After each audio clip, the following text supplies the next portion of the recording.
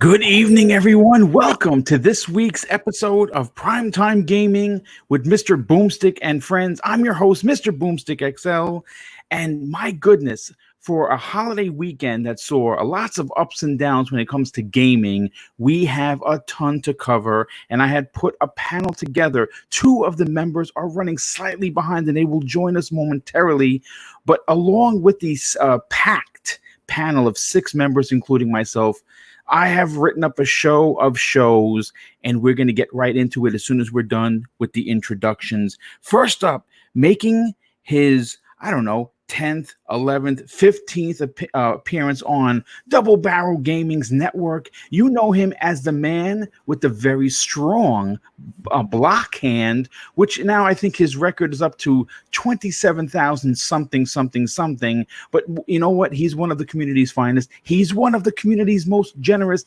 And on top of that, folks, he's a gamer. Please welcome Wilmy Hood. Oh, shucks. I bet you say that to everybody, Boone. What is going on, everybody? I hope everybody's playing that game Maneater as much as I am, because, man, that is pure stress relief.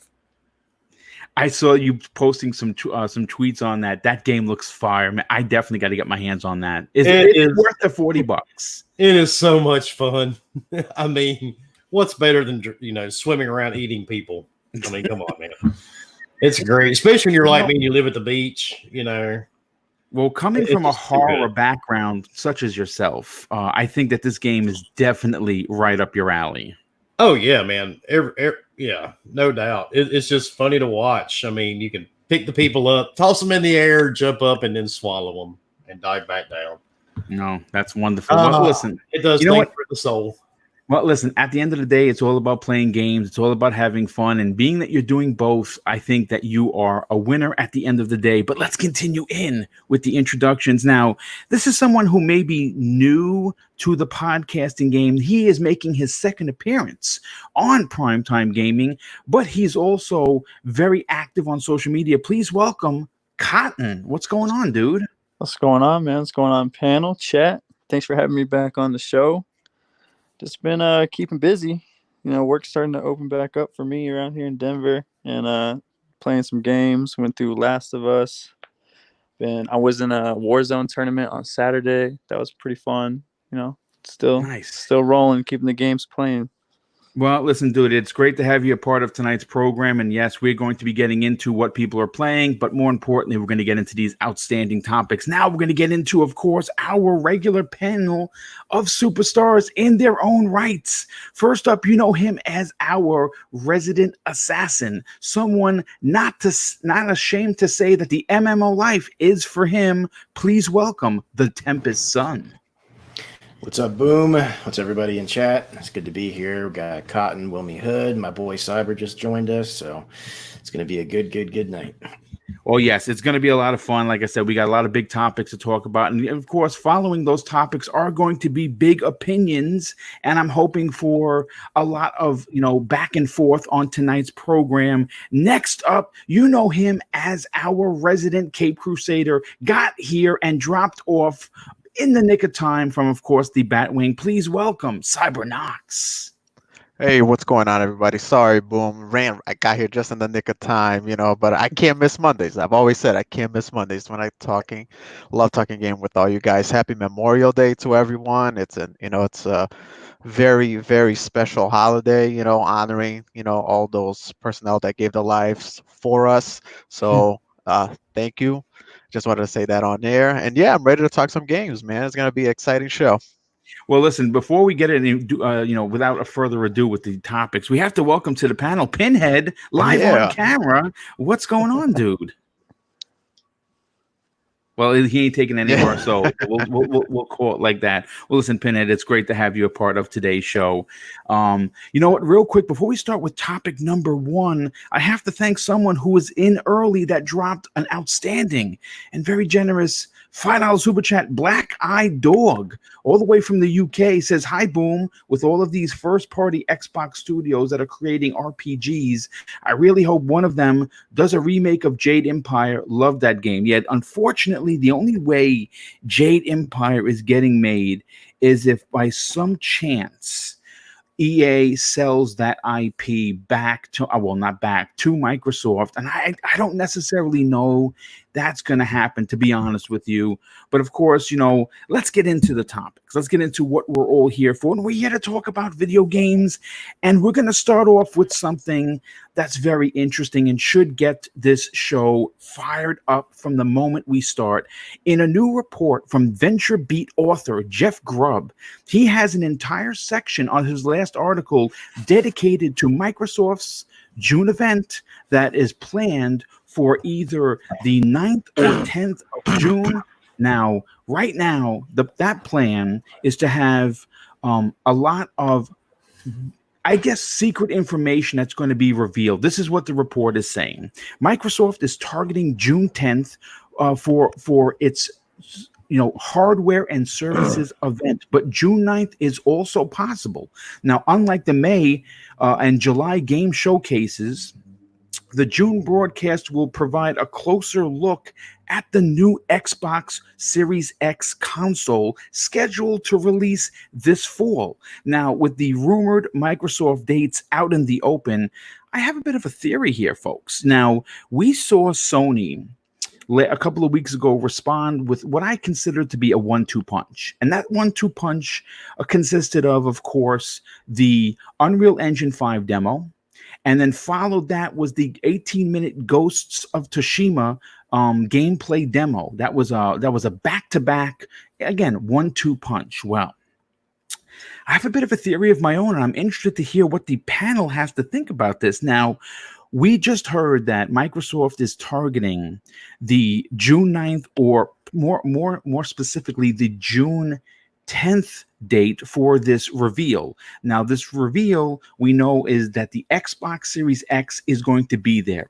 Something or some things are going to be running on that console, showing the capabilities of what it can do. We also heard that it's going to be some sort of a service event. They're going to be talking about, I'm assuming, some Xbox Live, some Xbox Game Pass, along with, of course, Project xCloud. But the contributing factor here, which brings still mystery to this, June 9th or 10th event, could be the potential finally unveiling of the Xbox Series S.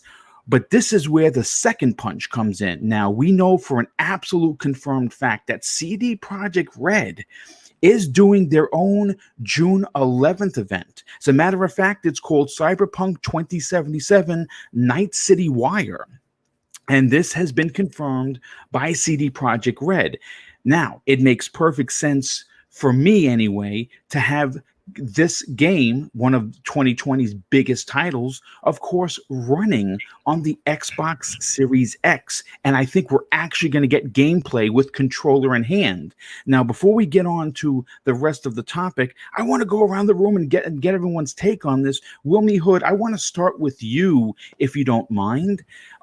First of all, we've seen Microsoft kind of being a little quiet. They've been a little coy in the last week after this, 1-2 punch that Sony gave them with the, of course, Unreal Engine 5 demo, and of course, the 18-minute actual gameplay of Ghost of Tsushima. What are your thoughts on the fact that we could see Microsoft respond in kind with a 1-2 punch of their own, not only showing the Xbox Series X, the actual console running games with controller in hand, but then having a second day with CD Projekt Red having that game, the biggest game of 2020, running on that console? I would like to see it. I really would. But I don't think, Phil Spencer said, he's really not considering Sony competition. It's Amazon and Google. Mm-hmm. I don't know if they're going to come back with something against that. And even if they did, come on, man. The presentation they did a couple of weeks ago, I've always said it, and I'll always say it, I wanted new games. So I got new games. But people were more worried about Aaron's refrigerator in the background. I don't know, Boom. I think even if they did come out with, I mean, they could come out swinging like Tyson, dude, and it's not really going to matter. People are going to, criticize it or downplay it either way. So I don't know, man. I would love to see it, but I just don't think they're in that type of a mode. I mean, I just don't. Well, I'll say this. First of all, we already have, I'm not sure how many people, keep their ears to the floor, so to speak. I've been keeping, up with Twitter. We do have a confirmed Last of Us 2 state of play for Wednesday, right? So, of course, if you look at what Sony has done, it's going to be Sony 3, Microsoft 0. So personally, I don't necessarily think that they could remain quiet. Again, I don't want to see them become Sony of the last 6 months. I think they need to I don't either. They need to continue to press on that neck. And now here's something else that some people need to look forward to. Nintendo's ex-president has a podcast that he started, one for charity, and that's Reggie Fils-Aimé. And his first guest was, of course, Phil Spencer. And that particular interview has already been recorded and is scheduled to be released tomorrow. Now, I don't have the specific time. If anybody in the chat could just dump that in there. Supposedly, Phil Spencer has stated that he has a surprise announcement on this particular Reggie Fils-Aimé podcast that of course they're doing for charity. So I'm going to be very interested to see what nuggets of information he drops on this show and exactly when that show is going to be put out there for everyone. I know that one of the places you can listen to it is SoundCloud, but of course, it again, just to give you, just to keep everybody on the same page, it is not available yet. It will be available and going live. Well, not live, but it will be you'll be allowed to listen to it tomorrow. I don't have the specific time, but Wilmy, coming from a guy who has his own business, if you saw a rival company that was out there, pushing their product, you would have to respond. What do you think Microsoft needs to do at this June event? What would you do if you were head of Microsoft? Would you go for the gusto knowing you have? What's that? You really want my honest opinion? Sure. Oh, yeah. Okay. Well, here we go. Aaron Greenberg needs to lay off the Mantinis and the Kumbaya bullshit, right? Mm-hmm. And they just need to come out swinging. I mean, they need to come out, show everything they've got. Quit fucking around with worrying about hurting somebody's feelings or whatever it is he does. Don't get me wrong, dude. Aaron may be a good guy. He knows his shit, but he's just too laid back. I mean, he really just needs to come out, him and Phil Spencer. Spencer did it during the VGAs when he showed the Xbox. They need more energy like that. Quit sitting back, quit posting that you ate wherever today and whatever martini you had during lunch. Post these games. Show what this box is going to do. Get people hyped up for it. Quit playing around and get down to business. That's what he needs to do. That's my opinion. That's what I would do if it were me. Real quick, DJ Birdo actually just dropped some information into the chat. He says that the Reggie Fils-Aimé podcast on YouTube says that he believes it's going to be live tomorrow at 12 p.m. Eastern Standard Time. So, I'm hoping that, obviously I'd like to see Reggie. I'd like to hear what Phil has to say because he always does a good interview. But more importantly, I'm interested to see this nugget. But I agree with you. I agree with you on a lot of points and principles because, look, I'll say this. You've heard me talk about Jared West before. You've heard me mention Cindy Walker. Cindy Walker, as we know, was responsible. It was her idea to be different, to be bold, to do something that people didn't expect. And we know for a fact that Jared West was rehired in early December, from what I understand. And we've seen his fingerprint over a lot of the stuff that they've done. Now, people will disagree with me, and that's perfectly fine. I thought that the May event was fantastic. I gave it a B plus. I stand by that score. Yeah, It I gave was me excited to see some of the games they did show. Well, because you're a gamer, so you're probably going to play, and more importantly, you're a horror gamer. So seeing a lot of those horror games probably got you excited or even hyped to play those games, whether it's going to be on your Series X or even on your Xbox One X. Regardless, they're new games, they're new IP. So yes, it got me excited. Cotton, let's bring you into the conversation here. First of all, the 1-2 punch that I'm referring to could come in the form of a June 10th. Hardware and services event where we actually get to see Jason Ronald, who we know as being an important cog for the Xbox Series X, talking about the console. Potentially we'll see some gameplay. We'll even see some fast resume. We may even see the boot up screen. I'm not exactly sure what we're going to see, but I know that we're going to see something impressive. Again, the follow-up could be the potential of CD Projekt Red showing Cyberpunk 2077 running on an Xbox Series X, which I think would be fantastic. What do you want to see from the June event? I want to definitely want to see them come out swinging with Cyberpunk. Like do a demo with people breaking it down, kind of like how they did the Ghost of Tsushima.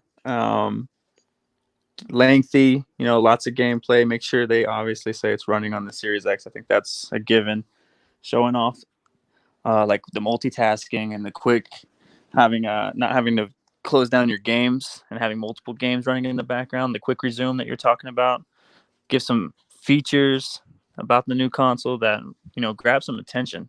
Come out swinging, just like Wilmy said.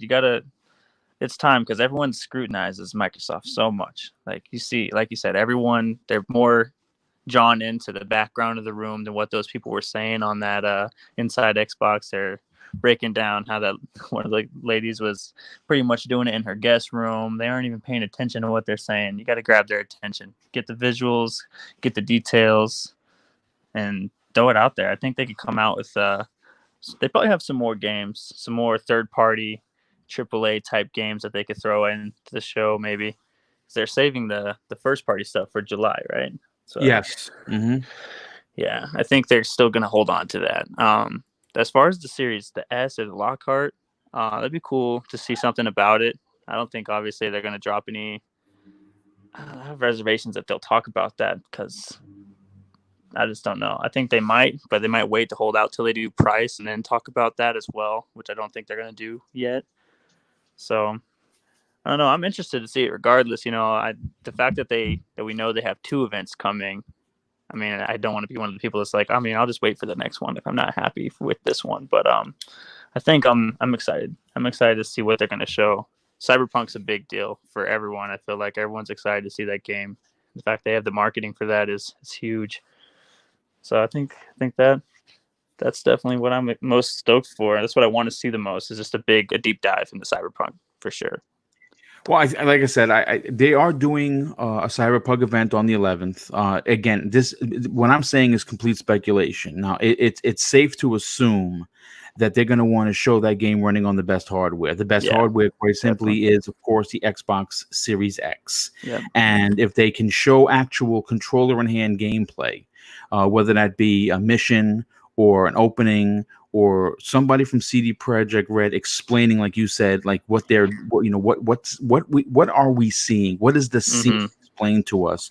I think that's going to go a long way, because we're going to actually see not hypothetical gameplay like we saw with the the Lumens demo. We're actually going to see the hardware with a game running on that hardware. A real game. Yeah, an actual real game that is going to take advantage. Now, again, I can't say that CD Projekt Red is going to have the Series X version available, but they could potentially have some of that available for people. I certainly don't know. It's going to be interesting nonetheless. But you know what? Tempest Sun, I want to go to you, but before I do, let me just catch up on a couple of these super chats as we close in, and nearly 200 people already here. JD Gamer drops an outstanding $5 super chat and says this, and this makes a great point. Aggressive Microsoft put Sony on its back foot, but Kumbaya Microsoft is laughed at as the paper tiger. Stop letting Sony change and control the narrative. First of all, I think that might be the comment of 2020. I think that what JD is saying is exactly what we're all thinking. I think what he is saying is there's a good portion of the community is thinking the same thing. The aggressive Microsoft, the one that you've heard me say took a page out of Sony's book about being cutthroat and being the bully of the schoolyard, had an incredible run all the way up until May 7th. And again, folks, it's not my opinion, but it was the opinion of several websites, and the opinion of the consensus usually is what turns the head of the beast, right? And the consensus said that it was a failed May 7th event because of the word gameplay. Gameplay apparently was overused, and and again, I think the biggest crime here, in my opinion, was that we did not have any controller in hand gameplay from the director of the game for Ubisoft. I think Ubisoft really not only let the game down, but they really did let down all of the Xbox fans looking to see what this game was going to be running on, and it's a shame. It's a shame. But let me continue with the JD Gamer once again drops a $5 super chat and says this. He says Microsoft should have come out swinging and knocked down trolls and PS fanboys, letting the world know that the SSDs don't process physics, graphics, and gameplay. You know something? I agree with you. Once again, JD Gamer knocks it out of the park. I think they should have shut this down immediately with some sort of gameplay trailer. I mean, controller in hand gameplay of an upcoming title. I think they could have easily said, oh, well, you know what? If I were in the marketing department and I saw the Lumens demo and then I saw the 18 minutes Ghost of Tsushima, I tell you what I would have done. I would have figured out a way to get my team together, and I would have put something together, or I would have pulled something from the July event and said, okay, well, you saw a demo of a game that's never going to be. So we feel that, it would be a disservice to our fans if we didn't show the Series X running an actual game. That's what I would have done. Even if it was a week later, it would have been like, okay, Sony drew a line in the sand and they stepped over it, and they would have went toe to toe. That's how I would have handled it. And once again, JD Gamer drops an additional $10 super chat. Wow, dude, thank you for your generosity. He says Microsoft should have come out with the knockout blow by letting the world know that it doesn't matter how much thought put you have if you don't have the GPU and CPU to process it.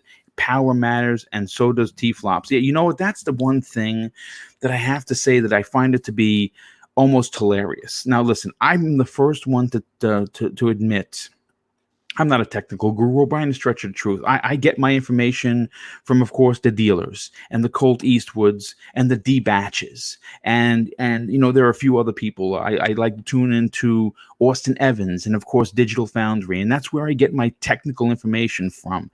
But I'm going to tell you this live on the air right now. If you, and I hope it's not anybody in this chat, are the ones banging this drum about the SSD being the greatest gift, I'm here to tell you that SSD is a storage medium and it can only do so much. But if you're short on GPU and CPU power, your console is going to be less powerful. It's quite simple. Even someone to me that doesn't have the technical know-how can tell you that just because you have a faster SSD and you can load in your game 7 seconds faster than I can, and your console somehow is going to be better, you're really just lying to yourself. But boom, that doesn't fit the narrative. You have to find something to complain about. They've lost their power. And JD's completely right. That SSD only goes so far. It is. Come out and you question that, or you say anything about it, even though you have more common sense and realize it's not a win all thing. Then you're an X-Bot. Oh, you're this, you're that. I mean, dude, it never ends with some of these people on social media, man. I mean, come on. We all see it every day. I mean, you can't say anything about SSD unless, oh, you're an expert. Oh my God. I mean, come on, people. It's common sense. I'm a PC gamer. Do you think I put the biggest, SSD in my PC without everything else? I mean, come on. Yeah, Sorry. no, perfect. Explanation. I don't think you could make it Actually, I any. want to say something about that. I've never said this before, but I remember back when SSDs first came out. So obviously they're much faster now, and there's the NVEs and then the SATA drives, which are slower. But back in the day, I remember reading on forums and all that stuff. I was trying to squeeze the most FPS I could out of World of Warcraft back in the day, and a few people mentioned like try an SSD; it might get you a few frames. Took the advice. I went from a mechanical drive to an SSD, and I got maybe like 2 or 3 frames extra. I was so disappointed. I was like, I thought this was supposed to fix everything. I was like, what's going on? And that's all it gave me. So, I mean, it's just a storage device. If it needs to load something, it'll load something quickly. But it is not. It is not processing the graphics. You know what I mean? So it's exactly. It's crazy, dude. That's the thing, man. It's just like I get it. When you're down, when you spent months and months of your life on social media playing up something, and you were really hoping that Reset Era had this crap right and 4chan, and you're on social media all day. I mean, you wake up at 7 a.m. You're like, yeah, I'm gonna brush my teeth, have some orange juice, and I'm gonna show some Xbox what this shit's about. And then the next thing you know, Cerny comes out wanting pictures of everybody's ears, for Christ's sakes. And he goes, oh, well, the PlayStation may be a little bit weaker, but you got to find something to keep them going on social media, dude. That's what it's all about. Yeah. All it is. Well, I mean, listen, I understand that people want their team to win, but when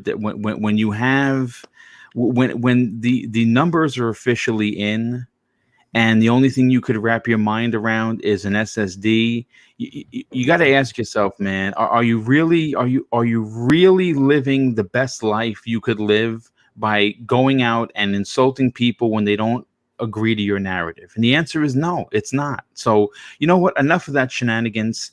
Let me just get these few other super chats. Tempest, I'm going to bring you into the conversation. Atrocity Knights drops an outstanding $2 super chat and says, fun fact, Pac-Man turned 40 last Friday. Yes, he certainly did. And you know what he is. It's a great accomplishment, but at the same token, it makes me sad as a human being because I played Pac-Man when it first launched. I'm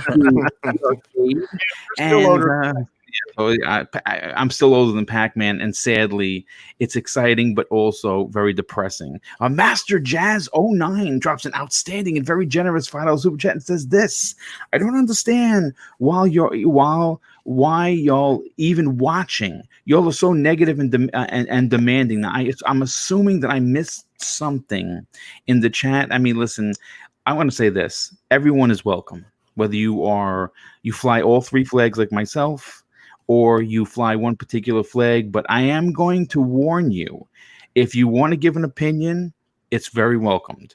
If you're going to be an a-hole, understand that I have taken the advice of someone that has a very strong block hand.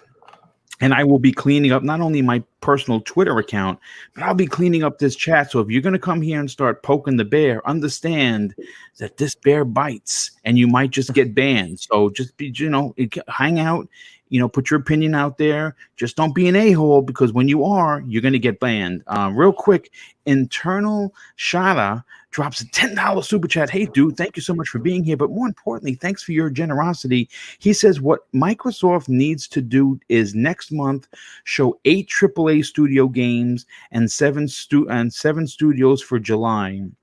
That July show Lockhart and Series X work. It will take the Sony hype and put the final nail in the coffin. Well, I don't necessarily know.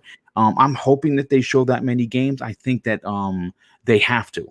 I think that being that they've moved out all of the third and second party games, they really need to show They have to show Fable. They have to show Perfect Dark. We have to see Halo gameplay. We got to see what Forza Motorsport 8 looks like, and we got to see what we got to see. We've already heard that we're going to see something from Obsidian, their AAA RPG. We're going to get something which is awesome, and we're also hearing that Tim Schafer's team has something up their sleeve. I'm thinking that it's going to be Banjo-Kazooie, but I'm probably wrong.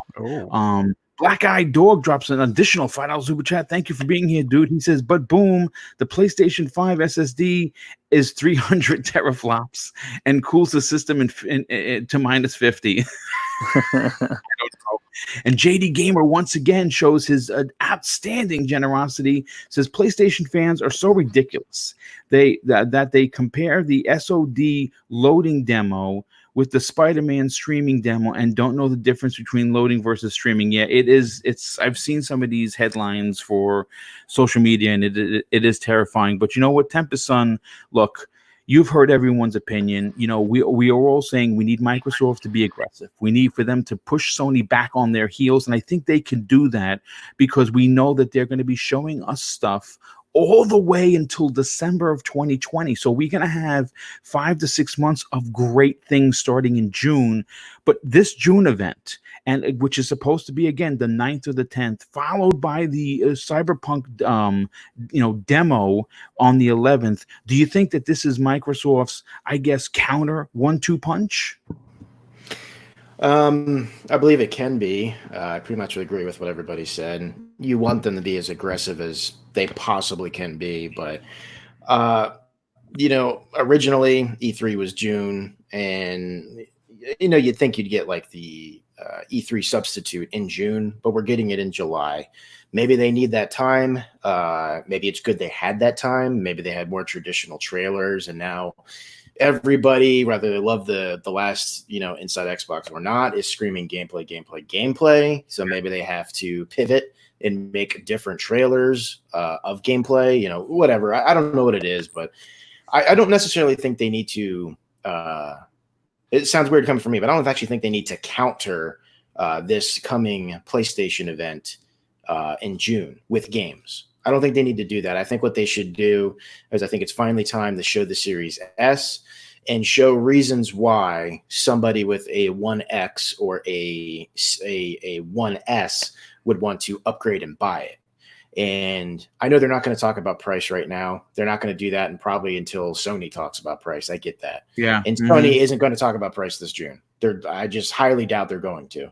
So we're probably going to have to wait a little bit longer on price. But if it's aggressively priced and it is the cheapest console, let me tell you something, man. It's kind of related, kind of not. But when I was shopping for monitors, just got a new monitor, I'm searching through every brand, every whatever, the top sellers, you name it. And the top sellers, every single one of them, are the cheapest monitors you could possibly get your hands on. They just sell. So the cheapest stuff sells. That's not me. I don't go onto Amazon and say, hey, I want a new gaming monitor. What's the cheapest one available? That's not what I do. But, we're the, quote unquote, hardcore gamer here. Most people are going to buy off a price. And if they have this Series S and it is cheaper than the PS5, price speaks probably more than anything. So I think they need to focus on the Series S, show that even though it's a lower teraflop machine, that it still kicks butt, maybe that it even still kicks the 1X's butt. Let Sony have their moment, because all I'm seeing is, at first it was like 27 games or something like that they were going to show at their reveal event. Then now it's less games, but longer showings of said games. So it's like, who knows what the heck they're gonna show? I mean, they could show up, blow us out of the water, and all the people on this panel here, we're not going to hate it. We're going to be excited for it. More games is better for everybody. So let them have their moment. And if, Microsoft, what I want Microsoft to do is not really counter what Sony does. I just want them, I don't want Phil Spencer this time around after their quote unquote E3 event to say, I'm more excited about we didn't show.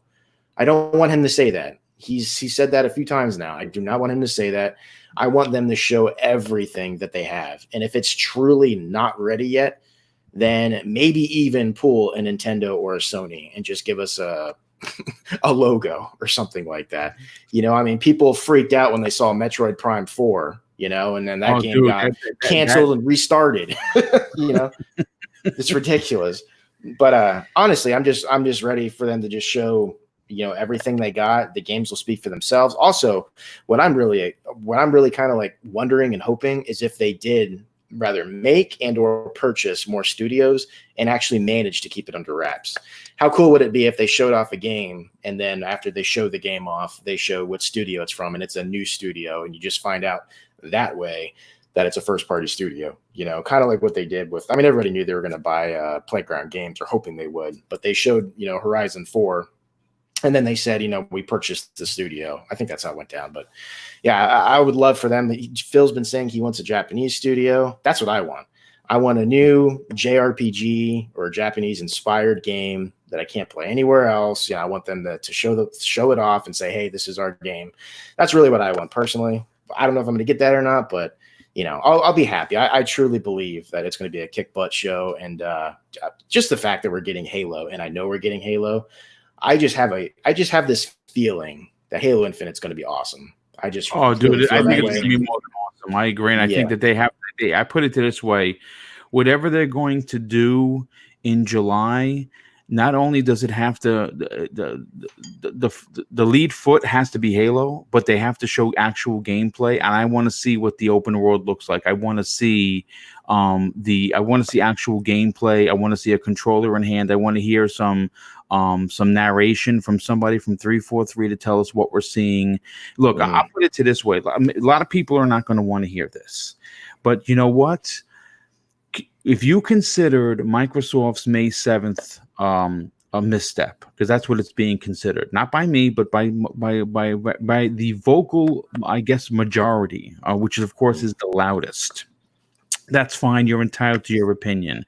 Though I will say this, that misstep could not have happened at a better time. Simply because even though the games, in my opinion, showed well and got me excited for something like The Ascent, which, by the way, has been confirmed for a launch title for the Series X. And that's a big deal. That's a big deal because it's an exclusive and it's a cyberpunk-inspired Diablo type of a twin stick shooter. Now, if that doesn't get your jollies up, well, then maybe you should check your pulse, because it doesn't have to be AAA for it to be a good game. And this game looks like it's going to be absolutely astoundingly fun, especially because you're going to be able to play multiplayer. But the bottom line is that this so-called or quote-unquote misstep, it happened, all right, and they're going to recover. And how they're going to recover is they're going to look at what Sony did. See, Sony might have gotten a little froggy, and I think they might have leaped a little bit early.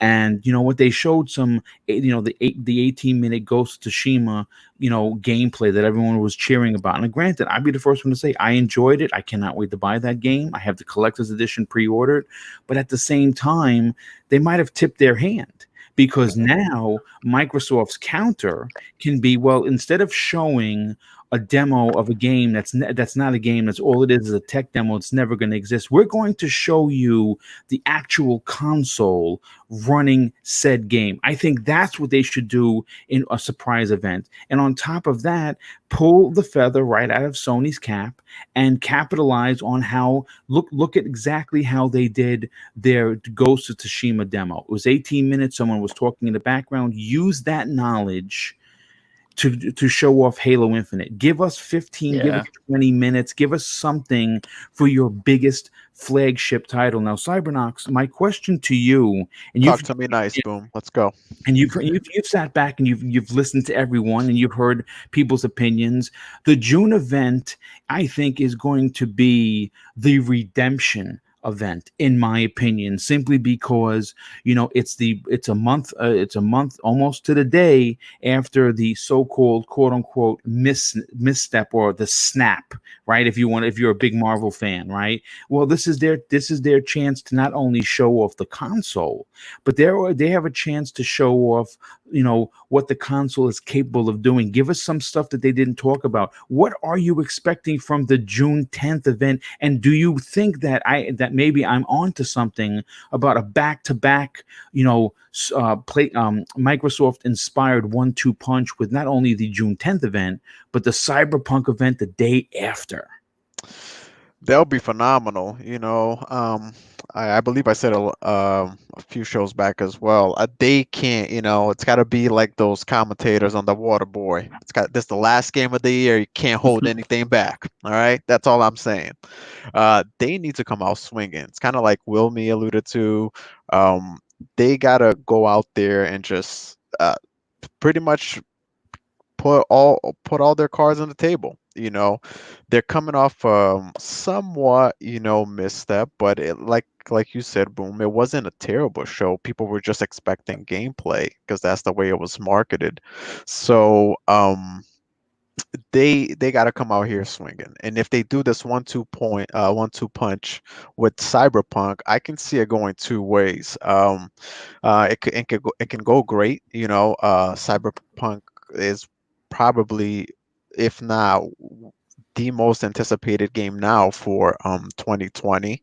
um CD Projekt Red, their caliber as a developer is, people love them, and they've been hyped ever since they've been consistently showing high quality demos on their E3. We saw gameplay, even though they showed that walkthrough, they showed that like 45-minute demo, and throughout the whole demo they're saying, hey, this is not a finished product, this is just a demo that we're going to go for, and this and that, because if Xbox does show anything in the Series X, it has to almost match that level of quality that they showed back then, because people are going to look for anything to put against the Series X, so they have to be prepared for that. I kind of agree. I think they need, if they they need to give us something. They need, if they have like a Fable, they gotta let us know about that. If Halo Infinite, I think it's, you end the show with something like that, and then if you have Cyberpunk the following day, it was just, it'll drive everybody crazy as long as the quality is there, kind of like what everybody's been saying.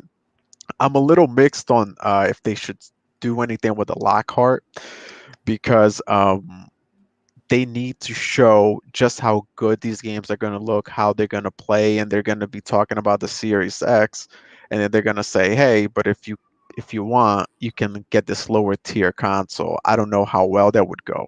I think they should wait for that a little bit further down, maybe August, September. We're Yeah. actually we're going to come back around to Oh, that we're gonna come back question. to it. Okay, but yeah, Mhm. so just for the show itself, yeah, man, come out swinging, show why, even give some something to the fans as to why, I know you guys were disappointed on the last show, but this is where we're gonna go big, and like Cotton said, give us gameplay, man. Actual gameplay, none of the CG trailer gameplay. I saw somebody doing something on a trailer and that's gameplay. Now we want to see characters moving, like the demo, like everybody's been showing, like they've had this template for a long time. GTA 5 did that. Remember when GTA 5 was coming out, they did like that 15-minute demo with some voiceover, and they were just showing gameplay, and it was amazing. Cyberpunk literally did that a year ago, so just give us quality. Look at all the games that you're putting out and see if it's going to speak to your fans. Your fans need to be excited for the next gen, and this is the show to do it. And having the marketing deal with Cyberpunk 2020, just it's just the icing on the cake if they get that right. Yeah, no, absolutely. And back-to-back shows could potentially swing the I don't want to say narrative. I want to say market mind share when you start talking next generation back onto Microsoft. But JD Gamer drops an additional $5 super chat, and this is, he asked a question, and we're actually going to answer it live on the air. He says Microsoft shouldn't show the Xbox Series S until August, right before the hot chips, when they do their deep dive into the Series X architecture. Keep that ace in the pocket. So, of course, we're going to bring this back around to Wilmy Hood. Wilmy, okay, so we've heard about what we want to see for the June event for the Series X. We want gameplay. We want to see what this console, the console is capable of doing. The question that everyone is going to be asking, and the people seem to be asking in the chat right now, is when does Microsoft show the cheaper, more affordable console where we can assume that because of the current world situation might be the go-to next gen console for its price that's going to be very attractive at potentially $299.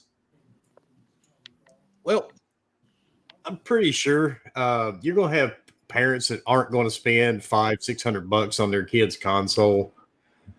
I mean, not every parent's going to do it. Grandparents aren't going to do it. I'm going to, but that's beside the point.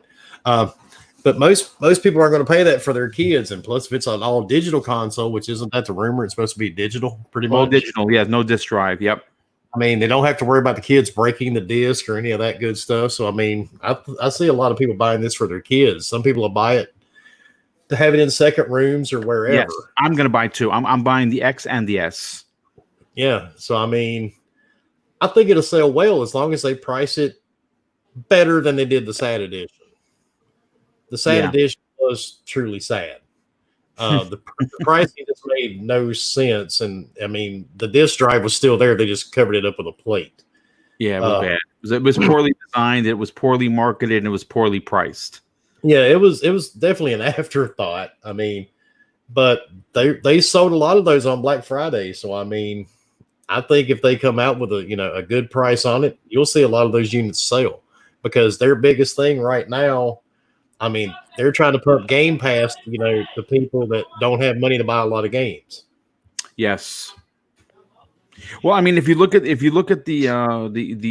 pricing of the console, let's say hypothetically they do release it at $300 to $299. The rumor that has been circling the interwebs as well as, of course, the forums that we know as 4chan and as Reddit, that they're going to be including a 3-month Xbox Game Pass Ultimate in every box. Every new console is going to come with a 3-month card. Now that's big because the 1 month is great. In my opinion, it's the ultimate pack-in. You're getting 200 games plus you're getting all launch titles for your console. So everything that Microsoft launches for the first and second party are going to be in Game Pass day one. So if you're bringing home your $300 console and you can't afford another controller, you can't afford to buy a game, well, guess what? You don't have to, because there's going to be something in the box called free 200 games for X amount of months. Now, I think that the smart move is to get those people locked in and give them a reason to want to buy this console, and you give them a 3-month card in there on top of it. Again, it's the ultimate pack-in, and I think that if they do that, they're going to really sell a lot of these consoles. Hell, I would even dare say that they would sell more of the S than the actual X console. And a lot of people don't realize it.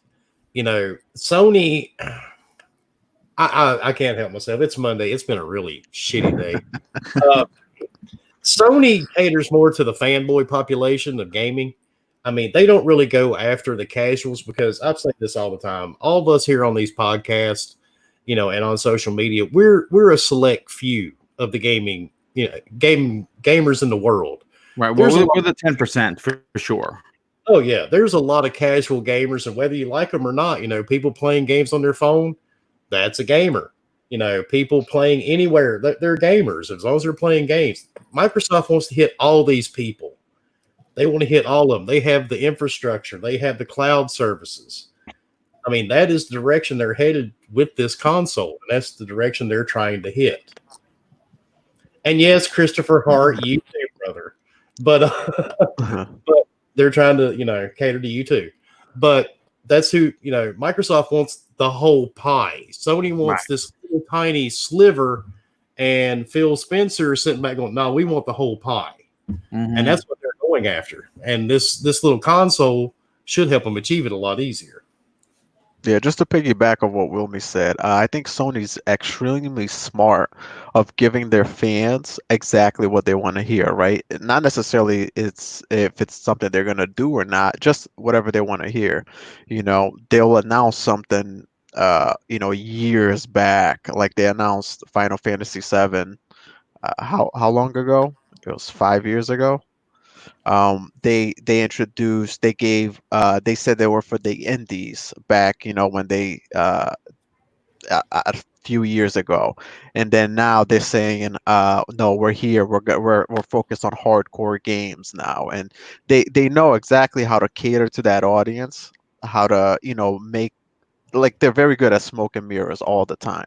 They want or misdirection. They want you looking over here because they're doing something else, here on the other side. But that was just something that I wanted to add.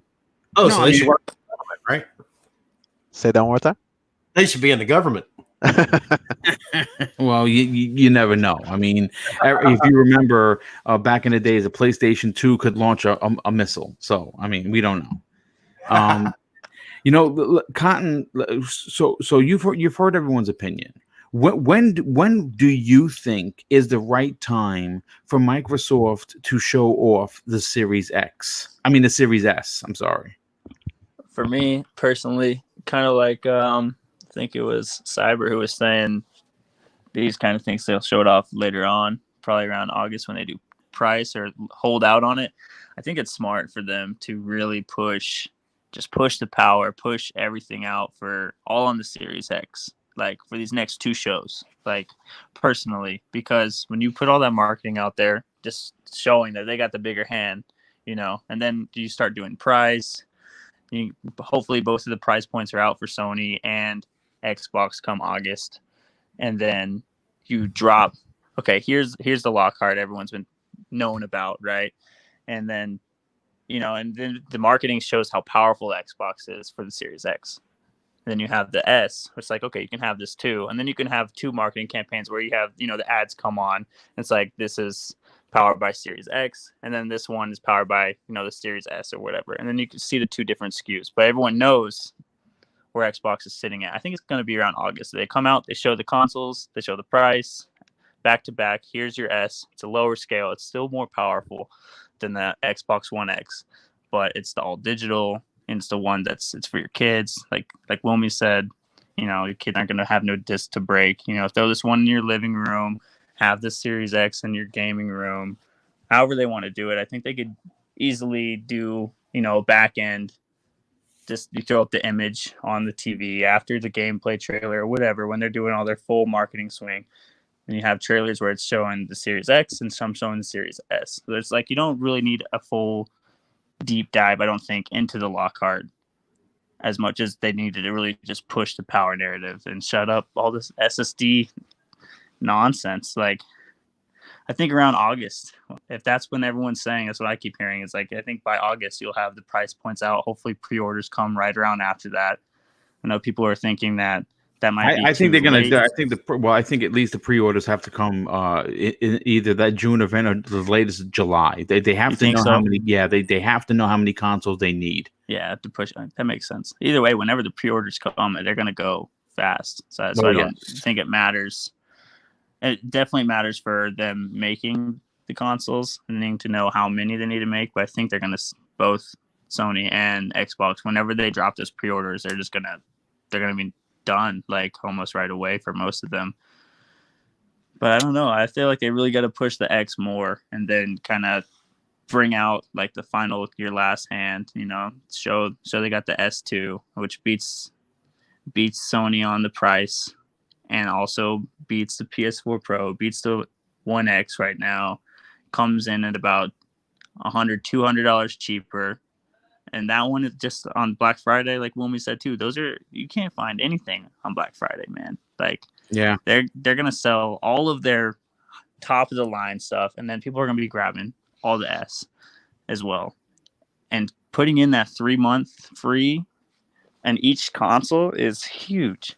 What is it? Sony has like, I think they just came out and said they had 2 million PS Now. 2.2 million as opposed to 10 plus. Yeah, and we heard that Satya Nadella said that they doubled. Right. The last quarter they doubled. So again, I'm not a mathematician by any stretch of the truth, but if you say you've doubled and you already have 10 million, that says that you got 15 million subscribers. Again, this is just basic math 101. I don't have the confirmed numbers, but if they're saying that they doubled and they had 10, that means that they that they got 5 million more. And remember that 10 million that they've talked about, that's supposedly at least 3 months old. Yeah. So they could be potentially at 15 million already. and just even my coworkers at work who have been playing whatever they're way more casual, but I've just got 2 of them on the Game Pass and they love it already. More people, the more you get into it and find out about it, they love it. Especially if you get the 3-month free and you see instantly your backlog, your catalog is now 100 plus more games that you've never seen. You just go through and pick them out. Once your 3-month subscription is up, people just want to re-up because, I mean, you feel like you don't have as much games, and then you have all these extra opportunities. But plus the first party games, this 3 months, say they have Halo launch with it, and then maybe in a few months later they come out with another first party game. It's like people just want to hold on to it. It's smart. They are playing long game with their software and with subscriptions. I know that they want more subscribers than consoles sold. That's what I'm pretty sure Phil is talking about. You can't really, consoles pretty much they're not the moneymaker. It's subscribers that are the moneymaker. Well, I mean, again, that's when what you're talking about. People can say, well, wait a second, you need a console to play games. Not with Microsoft, you don't, because Project X Cloud is going to be releasing officially at the end of the year, and that completely changes the game, no pun intended, where you don't necessarily need a console anymore. And in this newer generation, as we know, if you have kids or have become accustomed to playing on phones, have become accustomed to playing on tablets. So they don't necessarily need a console and an 80-inch TV. Now, I'm sure that they'd gladly play their Fortnite on there, but if they were on the go and there was a Switch-like device, which I believe that they've already teamed up with Razer to bring something of like that to the mass market, you're going to have people using Project X Cloud on the go. And if you don't have to buy a $300 or $500 console and all you need is a $15 a month subscription to Xbox Game Pass Ultimate, which has already been confirmed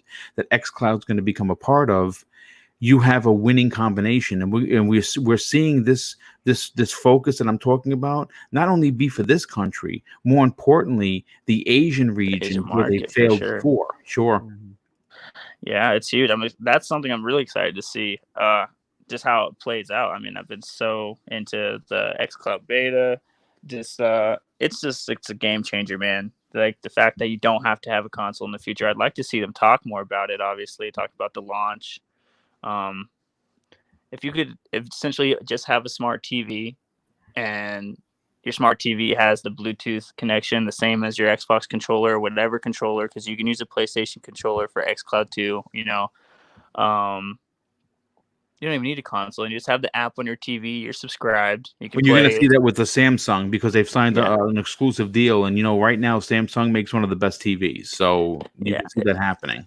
That's just going to be amazing. I've been so excited for that. This whole time since I started talking about xCloud, I couldn't wait to get my hands on the closed beta. I went out and got a phone for it just so I could play xCloud on it at work.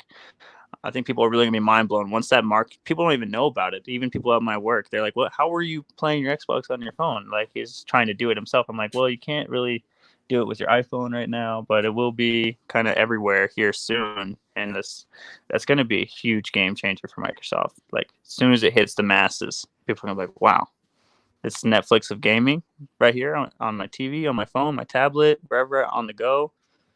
I don't know. It's going to be huge. As far as the Series S, I might be in my own little group of thinking that they don't super need to market it massively the whole time, as well as just like in the back half, and like show it off, do what you want to do with it. I think people will be excited for it, but most they're going to just be looking at the PS5 and the Series X and making the decisions there. And it's going to come down to the parents on if they want to buy the expensive ones. If not, boom, here goes the Series S for little Jimmy. That's how it's going to be.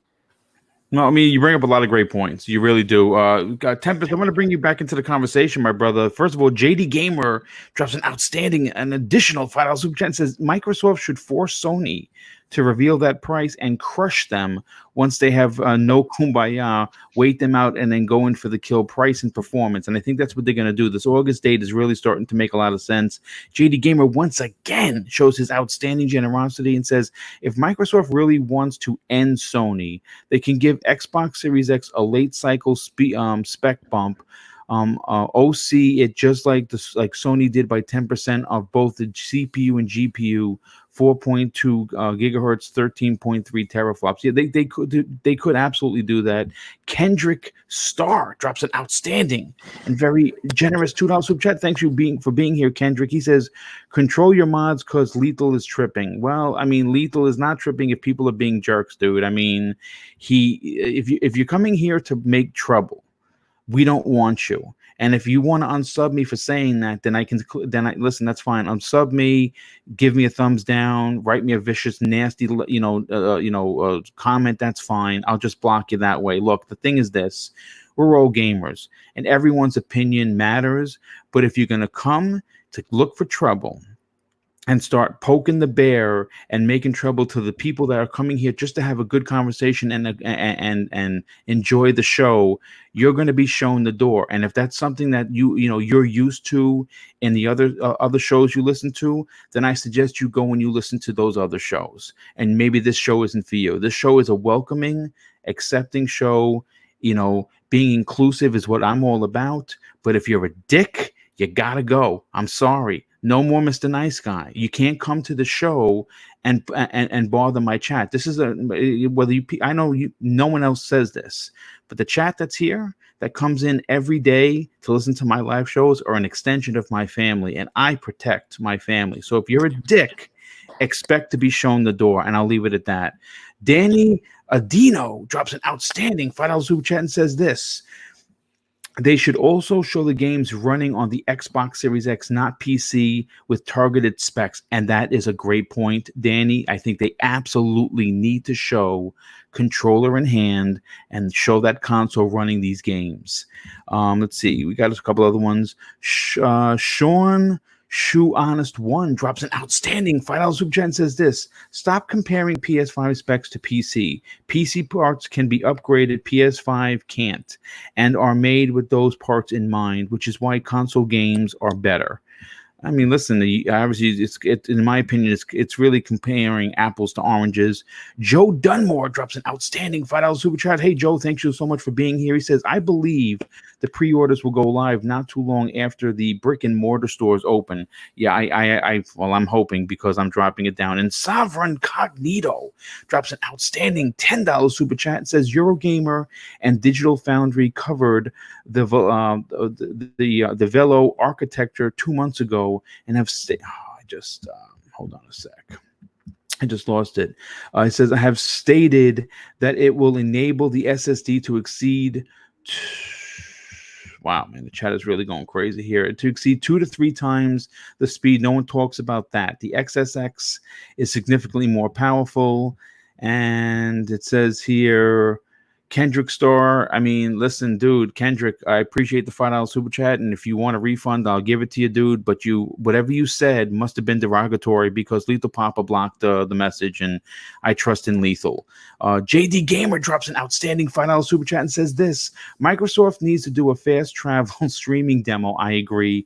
Just like Sony did with Spider-Man. People literally don't see the SSX SSD is 40 times faster than the Xbox One X. Yes, I agree. But you know what, Tempest, let's bring you back into the conversation here. Everyone that's talked so far has brought up tremendous points, really good points, and I believe that, and I guess maybe people don't, again, it's maybe something you don't believe or you don't want to hear. As important as the Xbox Series X is to us, that's the people on the panel, that is the people that are in this chat. We are the 10 percenters or even the 15 percenters, right? We are the ones that are the loudest. We want the power. We want the performance. But if you look at Sony's success, their success has come not from their hardcore. 85 million consoles sold out of the 110.4 million that they have registered on has been from the casual gamer, because it's the cool system. It was the cheaper system. And in many Black Fridays, the best deal system that gave you a $200 console with Spider-Man and one other game. Those consoles are flying off the shelves. If Microsoft can offer 200 plus games into Game Pass, give you a $300 discless console when the two other consoles are $500. I think people are going to generate or gravitate, I should say, to that. What are your thoughts on that being apparent?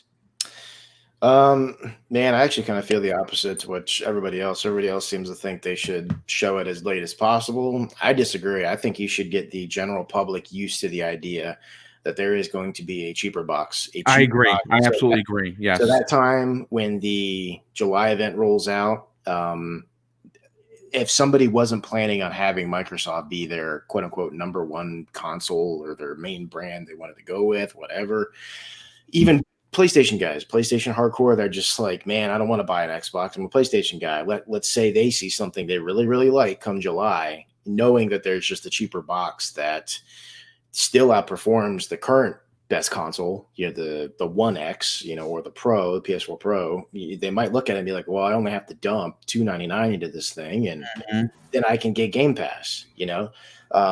The fact that it doesn't have a disk drive, I think Cotton said that it's perfect for the kids. I think the Series S is literally just going to be considered like a Game Pass box. Be honest with you, I agree. Yes, that's what it's going to be. You're going to spend the least amount of money possible on the new consoles, and you're going to walk away with Game Pass, and that's its purpose. I just really want to know what it looks like. I also want to know if it really is just 4 teraflops.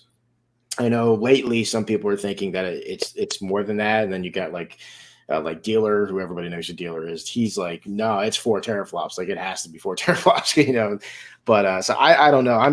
I want to know what it is. I want to know what a cheaper budget console from Xbox looks like, at least because it's going to be the first time this is ever happening. I don't think I've ever seen a console release with 2 versions right off the bat. So it's never happened before. It's never been done. Right. Yeah.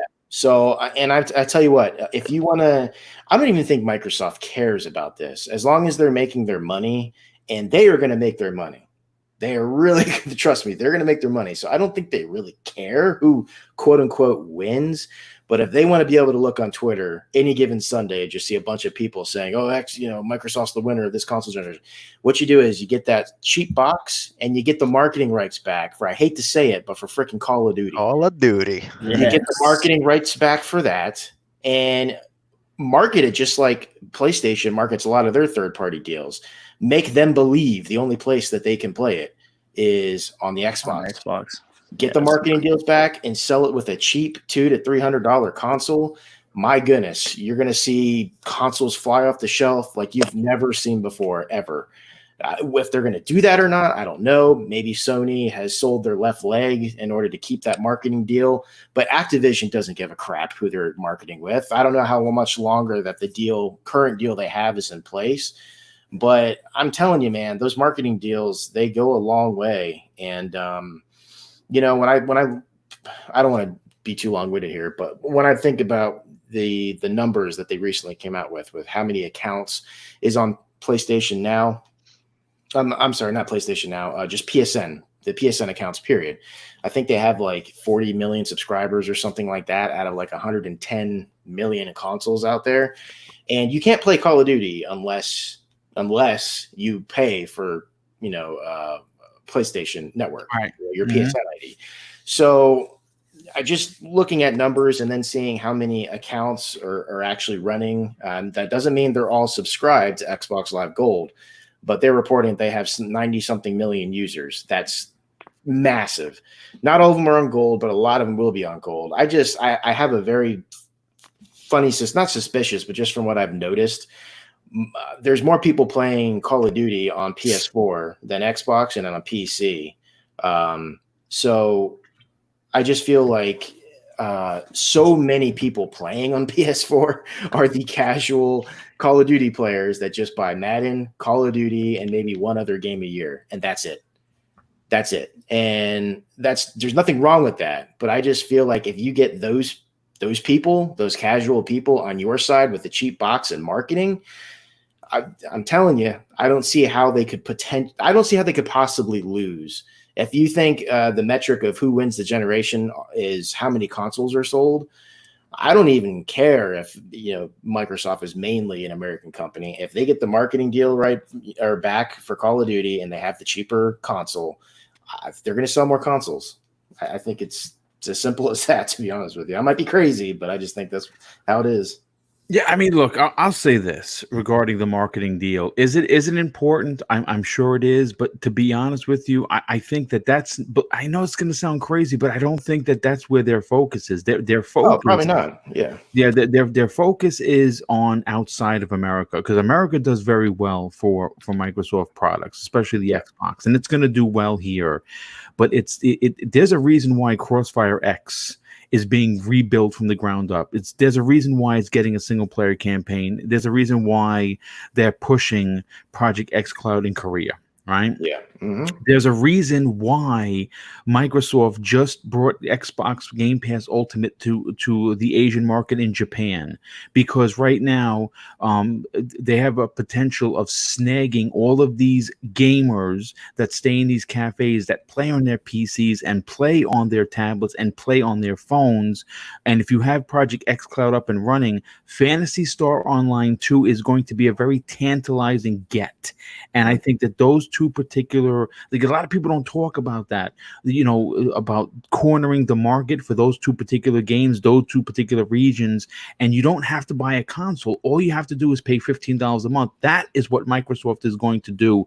But in Europe and in different parts of the UK and in France and in Germany and and of course in Canada and the US, they're going to sell consoles. And if you have a $300 cheap console that is going to fly off the shelves, they are going to have brand awareness. They're going to have market mind share, and on 2 SKUs, it's going to be freaking crazy. Me personally, I'm with you. I think they need to show this thing immediately. And I understand that the waiting game is important, that maybe you wait till August and you unveil the S, and then you give us a price on both. That's a good play. That's a strong play. But I don't know which, honestly, if on the fly, I like the August date, but I don't like waiting. Yeah, I get out there and let people know, there's a cheaper box coming this fall, and if you don't want to spend $500, guess what? You can spend $3, and you can play with a fast SSD, and you can play with a new GPU and a new CPU, and guess what? Oh, by the way, it's faster than it's stronger and more powerful than the Xbox One X, which is currently the most powerful console. See, I think Microsoft is going to be the most flexible here, because love it or hate it, maybe the diehard Xbox fans don't want to hear this, but honest to goodness, as long as you're playing Microsoft's games or you're subscribing to Game Pass on PC or Xbox, or you're going to end up using just xCloud, they don't care if you buy their console. They really do not care. And as a matter of fact, the ideal person for them, because they're probably going to be losing a little bit of money on these consoles, is just the person that plays a lot of games on their freaking phone and uses like xCloud or something like that. Mm-hmm. That's going to be their ideal customer. So I just feel like, as opposed to Sony, they just have the most flexibility here to do whatever the heck they want. And I don't think they need to chase most consoles sold. They don't need to chase that. I was just saying, if they wanted to, that'd be an easy path to doing it. So I don't know. But it is fascinating to me, though, just knowing that there's going to be we think there's going to be a cheaper console. That is absolutely, I don't know why, but I just want to see how the thing looks. Me too. I think it's going to be cut in half, and this is going to be white. That's going to be so cool. I think it's going to be half the size of the X. It's going to be in white. It's going to look identical. It's just going to be the little brother. I think that's what it's going to look like. Cybernox, anything you'd like to close out this topic before we move on to the next really big one? Do you agree with the let's show it, let the cat out of the bag right now at the June event, or are you on the same mindset that maybe, just maybe, you do your June event, you show the X running with some games, you talk about xCloud, you talk about some other services that they might be invoking into the new ecosystem. July, you show all your big bangers, and in August, you show off the S. You show it up, say, okay, here's the S. Oh, it's $299. Oh, by the way, here's the price, and here's the launch date for the consoles. They've waited out Sony. Sony's price is out, and if they want to undercut them, they can do that. I'll try to be quick. Boom. I think Microsoft is in a really tough situation here because they need to demonstrate these games, right? These events to demonstrate what next generation is going to look like. So, what do we think the Series S is going to be able to output, right? Are we thinking 1080p 60 across the board? Are we thinking 1440p 60? And how do you convey that or showcase that on a stream now, right? If the hardcore may know what's going on, but like everybody here says, like little Jimmy down the street doesn't know what's going on. The casual parents that just want to buy something for um uh their kid or someone else or anything like that, they don't know what's going on. But the hardcore is what's going to start driving with the narrative here after they show these two consoles. So I think my personal opinion is you just give the their fan base, or most likely the hardcore right now, exactly what we want.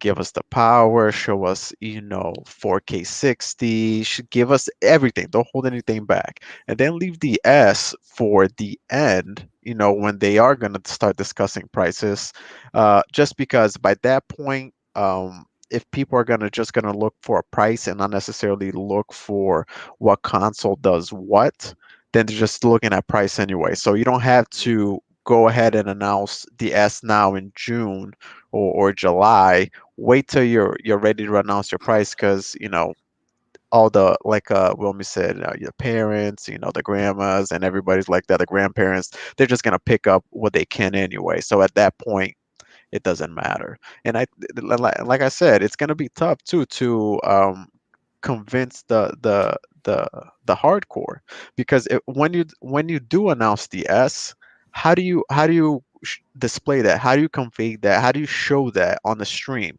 A lot of us are watching there's a ton of people who are still watching all these content in 1080p, so for them it's going to look almost the same whether you're seeing it on the S or the X. So yeah, they're in a tough spot, but I would leave the S for later on. Just talk about the X for right now. Nice, nice. Well, real quick, before we move on to the next topic, we crossed 300 people watching live, and that's amazing. So if you're enjoying the show, of course, I encourage you to hit that like button. And of course, if someone on my panel or I insulted you and you're feeling a type of way, then hit the thumbs down button. It's still a view nonetheless. Real quick, Star-Lord 14 drops an outstanding and very generous $20 super chat and says this: I'm late, Boom. I think too many Xbox naysayers are sleeping on Xbox Game Pass, a cheaper SKU, and 15 in-house studios making games. Series S could be the next Switch. xCloud for Asia? Question mark. Xbox is back, baby, and I absolutely agree with you. And we had another Star-Lord drops an additional, wow, dude, thank you so much for your generosity. He drops an additional $10 super chat and says this: Microsoft needs to finish their Series X messaging before mentioning Series S. Need to see the games and capabilities. Can't have the S in the spotlight until then. Juggling too many messages at once. That's a great point. Yeah, I So agree with that. maybe August is the better play. But Wilmy, I want to bring you back into the conversation, but we're going to get right into the next topic, and then we're going to get your opinion on it. Now, look, with the success of Insomniac's Spider-Man, the recent announcement of Iron Man VR, the bundle, and a release date for July 3rd, along with a stealth drop demo for the upcoming PlayStation VR exclusive, Sony seems to have the Marvel market cornered. And this comes hot off of the heels that Crystal Dynamics Avengers Project is a PlayStation 4 marketed holiday title. Now, thanks to a story that I pulled from Screen Rant, well, Daredevil, the man without fear, the devil of Hell's Kitchen, could in fact be getting a next generation title. But according to the many stories that I've read, including the May 18th Screen Rant article, it was being reported that the Daredevil game could be coming to the PlayStation 5 as an exclusive in the same lines as the Spider-Man Insomniac deal. Now, right now, there has been zero mention, according to that article, of it coming to the Xbox Series X, leading speculation to the title once again being a Sony exclusive. Okay, wow. Here's the thing. Now, if for someone like me, it's not a big deal because I'm going to buy the PS5, I'm going to buy the Series X, I'm going to buy the Series S, and if the Switch gets a Pro, well, fuck it, I'm buying that too because I like new hardware. But we have to talk about this now. Now, here's the thing. If Daredevil does come out, and it is a marketed Sony title, it is an exclusive to the PlayStation 5, there are going to be a certain amount of gamers that are not going to be able to play that game simply because they may not want to buy a PlayStation to play it, or more importantly, financially cannot do it. And if I were a betting kind of a guy, I would say that Disney / Marvel really don't want their IPs being exclusive, like the Spider-Man deal anymore. And here's why. Here's why I say that. In an article that I went way back into 2020 and pulled from, as a matter of fact, the article was from Game Industry Biz, I should say, from February 13th, 2020. Speaking at the 2020 DICE Summit before the world got turned on its ear, the company's senior vice president for games and interactive experiences, Sean Shoptor, reiterated that Disney's focus when it comes to the games industry is licensing out their IPs. Shoptor told developers his role is to empower the development community to do really unique things with our catalog, adding that we want to tap into the power of creatives across the industry in gaming. Shoptor invited developers to come and play with the company's franchises, adding, "We want you to dream big, and we look forward to all of the things that we can do together." Now, this is where we get into the real weeds or the meat of today's topic. And here is the first question, because this is so big, I have to come around to the panel twice. Wilmy, the question that I have for you is this. First and foremost, who within Sony's 15 first-party studios could take on such a task? And could there be a new unannounced 16th SIE studio that they're either building from the ground up or purchasing take on the Man Without Fear? You are totally asking the wrong person on this, Boom, because I do not get into comics or their characters whatsoever. I did play Spider-Man, so if somebody's going to do it, maybe it'd be Insomniac. But as far as these Marvel and DC games go, it's just never really interested me at all. Okay. All right. Well, I mean, listen, You haven't played Batman Arkham Knight. That's all I got to say. I have played. Oh, okay. You love that game. I know that, right? Played it, but it just doesn't do anything. I'm just kidding, man. At all. Well, you know what? Let's bring Cotton into the conversation regarding this particular question. Again, and I'll reiterate it. Who do you think within Sony's SIE could take on the Man Without Fear, or do you see them potentially either building a studio from the ground up in Santa Monica, or potentially purchasing someone to take on the Man Without Fear? Oh man, I'm probably someone in Santa Monica. That's what I would probably like to see. It'd be interesting to see that. I'd be kind of annoyed personally if Sony got another exclusive Marvel IP, and then the fact that Nintendo has Marvel Ultimate Alliance. I think it's about time Xbox gets one. So I'm hoping that at least it's not exclusive.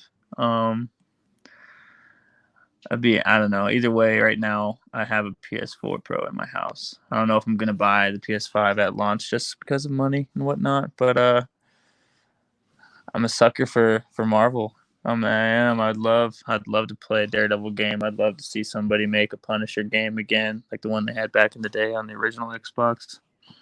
As far as which studio, though, I'm not too keen, knowledgeable of all of Sony's studios. But I'd like to see it and someone, either the one that whoever it was that made Horizon, I think they did a good job. It was just that open world Oh, yeah, like right. Guerrilla Games. Yeah, Guerrilla Games did that. Guerrilla Yeah. Games. Yeah, I mean, I liked Horizon. I haven't finished it yet, but started it recently. But I think they could do a good job with the Daredevil game. Just it's got a lot of different types of combat in that one. So I don't know. I'm not too knowledgeable on Sony's Well, you know what? I'm studios. actually going to come back to you in a second because what I'm going to do is obviously I'm very adept when it comes to Sony's first parties, and I know them very well because obviously I'm a big fan of their work. But you know what? I'm going to actually retool this question. Wilmy, I want to come back to you first.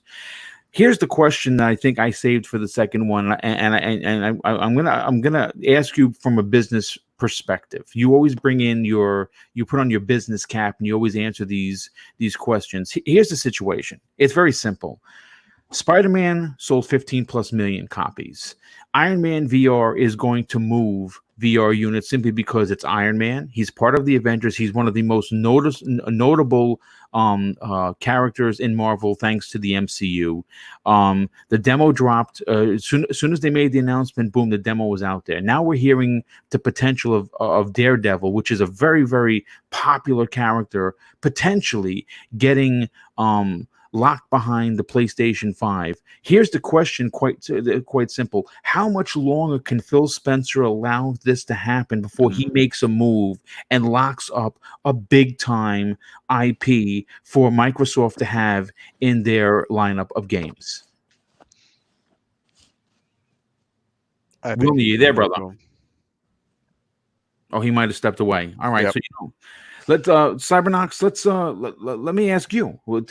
Take the question and run with it. How long does Phil Spencer wait on the sidelines to pick up a Marvel IP and get that locked in as an exclusive so they could see the same success someone like Spider-Man saw?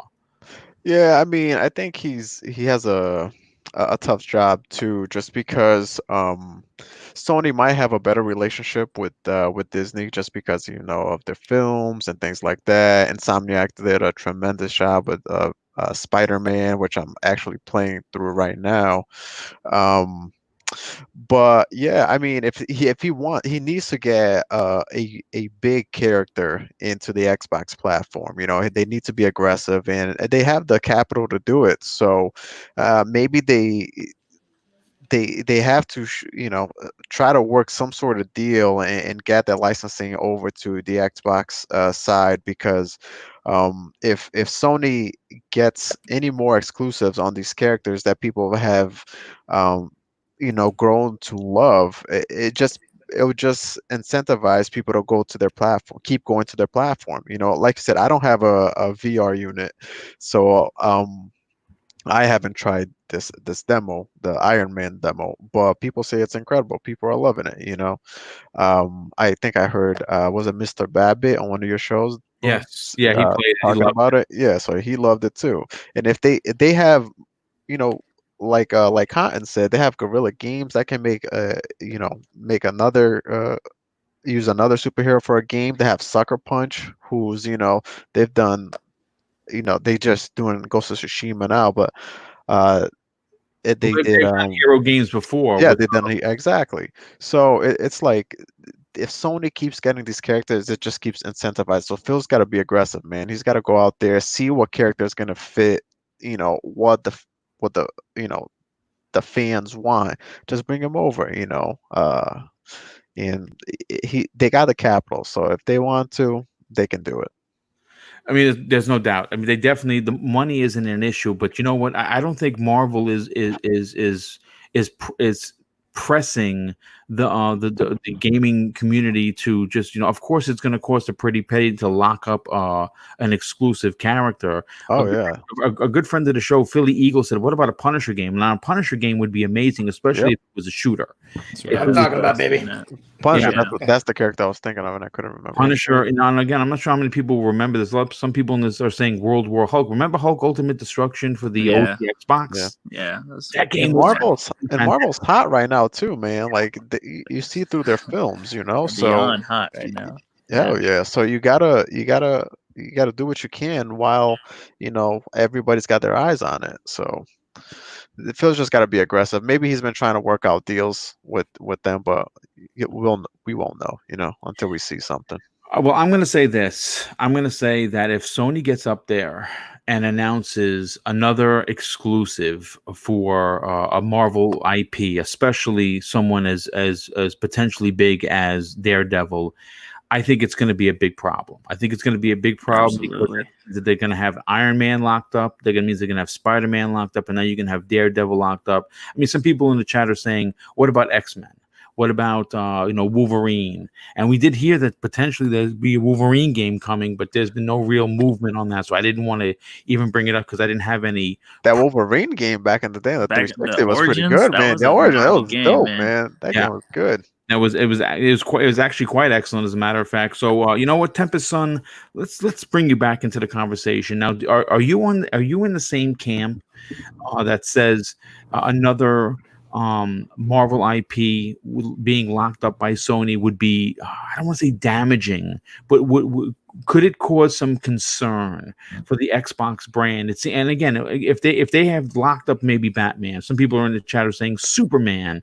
I really don't want to see a Superman game, to be honest with you, because you know what I'm saying? I'd rather see a Justice League game, or I'd rather see a Batman game come to the console as an exclusive. But Marvel is hot, and there are a lot of characters to play with, and Spider-Man is one of the big ones, and we know that is a lock for Sony.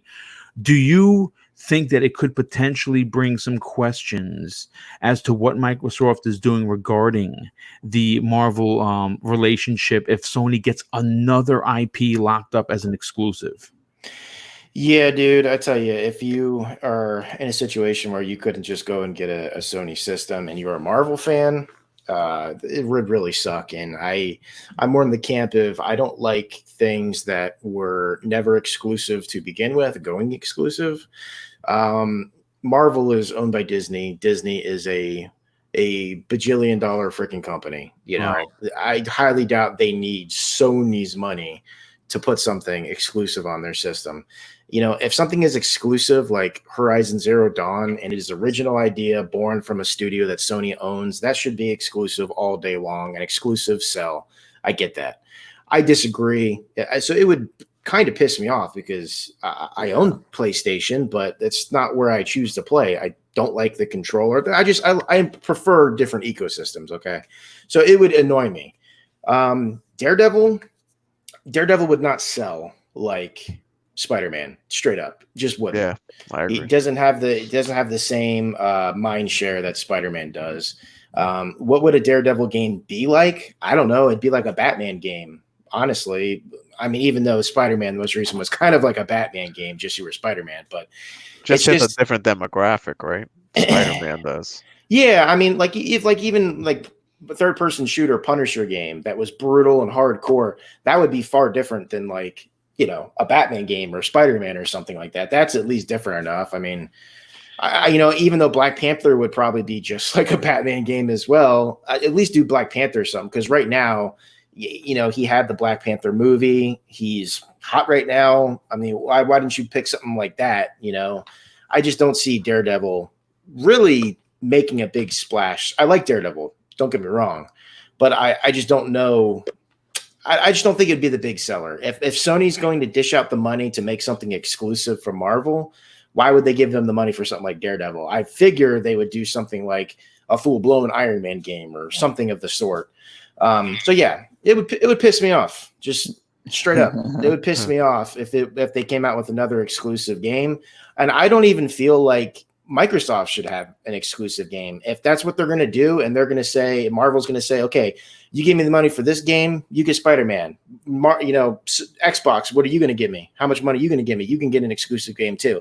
If that's how they're doing business and that's how things are going to be, just personally, what games would I want to see?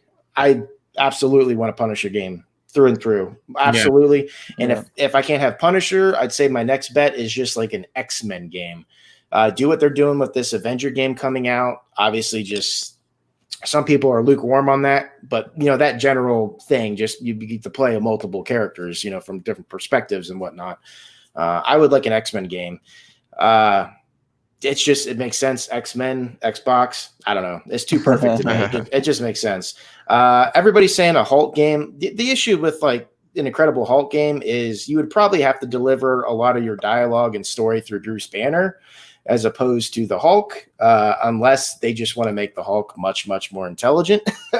I don't know. I just feel like you're going to run into a narrative problem where the game would really just be mindless destruction, which, hey, I'd buy that still. I just, I'm just, I'm just thinking you might run into an issue there. Maybe. I don't know. I just think an X-Men game would be like awesome. But my first choice would be Punisher, especially if they have John Bernthal do the voice. That'd be yes, perfect. That'd be awesome. How do you feel about a timed exclusive though? If it was just a timed exclusive, it has to be an exclusive. There's no, it can't work for one and not for the other. Oh, right. Yeah. I listen. I genuinely don't like the fact that Spider-Man is an exclusive to Sony because he's Spider-Man. You know, I didn't grow up, loving Spider-Man, being like, one day he's going to be on the PlayStation. I didn't give a crap, and so I don't know. I just don't. If Microsoft did it, I'd feel the same way. Like if I knew somebody that just had a PlayStation and they're a huge Punisher fan and Microsoft got a Punisher game, on one hand, you're like, yeah, we'll go out and get an Xbox. But on the other hand, I'd be like, not everybody can do that, you know? So I thoroughly do actually disagree with third-party properties going like first party, so to speak. Not first party, but exclusive. I don't like that. Yeah. But if they're both going to do it and they both have to do it to stay relevant, then I do feel Microsoft needs one then. I know that might sound like I just contradicted myself, but if that's how it's going to go and people are going to have to give Marvel money for these properties, then they should have one too, I guess. Yeah. Well, I mean, first of all, we have Wilmy Hood that's back. He's still muted, but he is, of course, wearing the pig mask. I believe that is from Saw, if I'm not mistaken. You want to play a game? Yeah, that's a horrifying mask, nonetheless. So scary. Let me again. We just want to bring you back into the conversation because I said I would reword this. Are you in agreement with everyone saying that another PlayStation exclusive Marvel character could potentially be an issue for the fans of the Xbox? Cotton, are you there, brother? Yeah, my bad. I thought you were asking Wilmy. Yeah, dude, I think absolutely I'd be so annoyed if Sony got another one.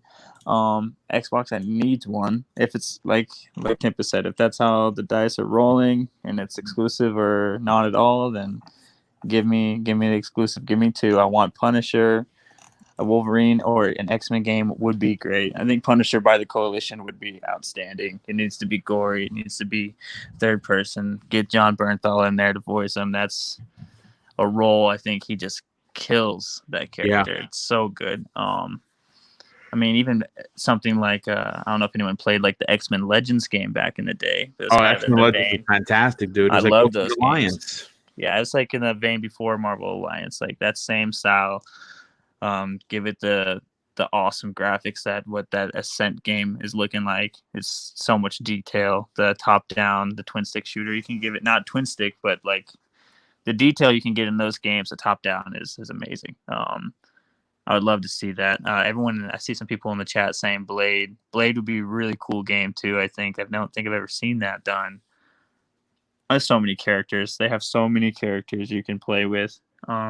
Xbox just needs to throw the money at it. Cyber says, they have the capital. If that's the way Disney wants to play, which blows my mind, I think they know that you make more money putting it on all the platforms than just one.